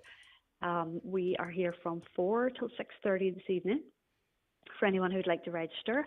And the committee, our Darkness into Light committee, and just I'd love to have a special word of thanks for our committees, because without them, these walks they wouldn't happen. They wouldn't take place, and they're all volunteers. There's 13 walks in Donegal alone, so they're so committed, and we're so thankful to them. And the committee are having another registration event tomorrow evening from 5 to 7, and that's in Andanlin building at the ATU. And then, of course, people can sign up just before the event, but we'd really encourage people, if they can, to register before that. And if you are taking part in one of the walks outside Letterkenny, can you still register in Letterkenny, if that makes sense? Or do if you're in Carragart taking part in that walk, you register in Carragart? Or what? I know you can on the day, but if you want to register in advance, it doesn't matter where you're actually walking once you've registered, does it? No, it doesn't matter, as long as you let us know when you're registering which event you would like to go to, because we have them all over. Buncrana, we have one in Gweedore, Rathmullen, they're everywhere. Yes, as long as you let us know, we'll make sure that you're registered for the correct event. All right. And so that's and the today? One in Letterkenny that's today, yes. Yeah. Sorry, it's this evening from 4 p.m. this afternoon. And we have a lovely special treat for the one in Letterkenny now. We have the Danu Young Women's Choir are going to do a sunrise concert for us at the event in Letterkenny as well. So we're really looking forward to that and very grateful to them. All right. And when do the walks take place? Just remind people the actual walks. Not the start times for all of them, but it's over Saturday night, is it? They all start at the same time, Greg. Right, go ahead. Every one of them. Yeah. So it's Saturday the 10th of May at 4:15 a.m. Okay. So effectively Friday night into Saturday morning. Lovely stuff. Because sometimes it can be a bit confusing. No problem. Thanks, Paula. Paula Coyle, Clinical Services Manager with Pieta Northwest. If you want us to mention your walk in your area, get in touch with me and we'll do it over the course of the next few days, just by way of encouraging people, if they wish, to get involved. I know it's not for everyone, I understand that, but it is for a lot of people as well. Is there a statute of limitations for reporting elder abuse? If a person is deceased and you discover wrongdoing and bank statements back up the abuse, can a legal case be taken? I'm not sure if that would fall under the auspices of what we're talking about. Obviously, the question came a little bit late. It's about proving it. That sounds to me like potentially a criminal matter. Rather than elder abuse, proving it sounds to me like it's financial abuse of an elder person. And if you've got evidence of that and there's a misappropriation of funds, I don't think that would necessarily... I mean, contact your local Garda station, but it might not be the elder abuse we're talking of. That sounds like sort of, potentially financial abuse or fraud, which I'm not sure in terms of statutes of limitations. Can I ask a question in regard to elder abuse? Can it be asked if an incident of elder abuse, has it ever been reported by a third party that then becomes completely false? Thank you. Well, it's like everything. Something has to be proven.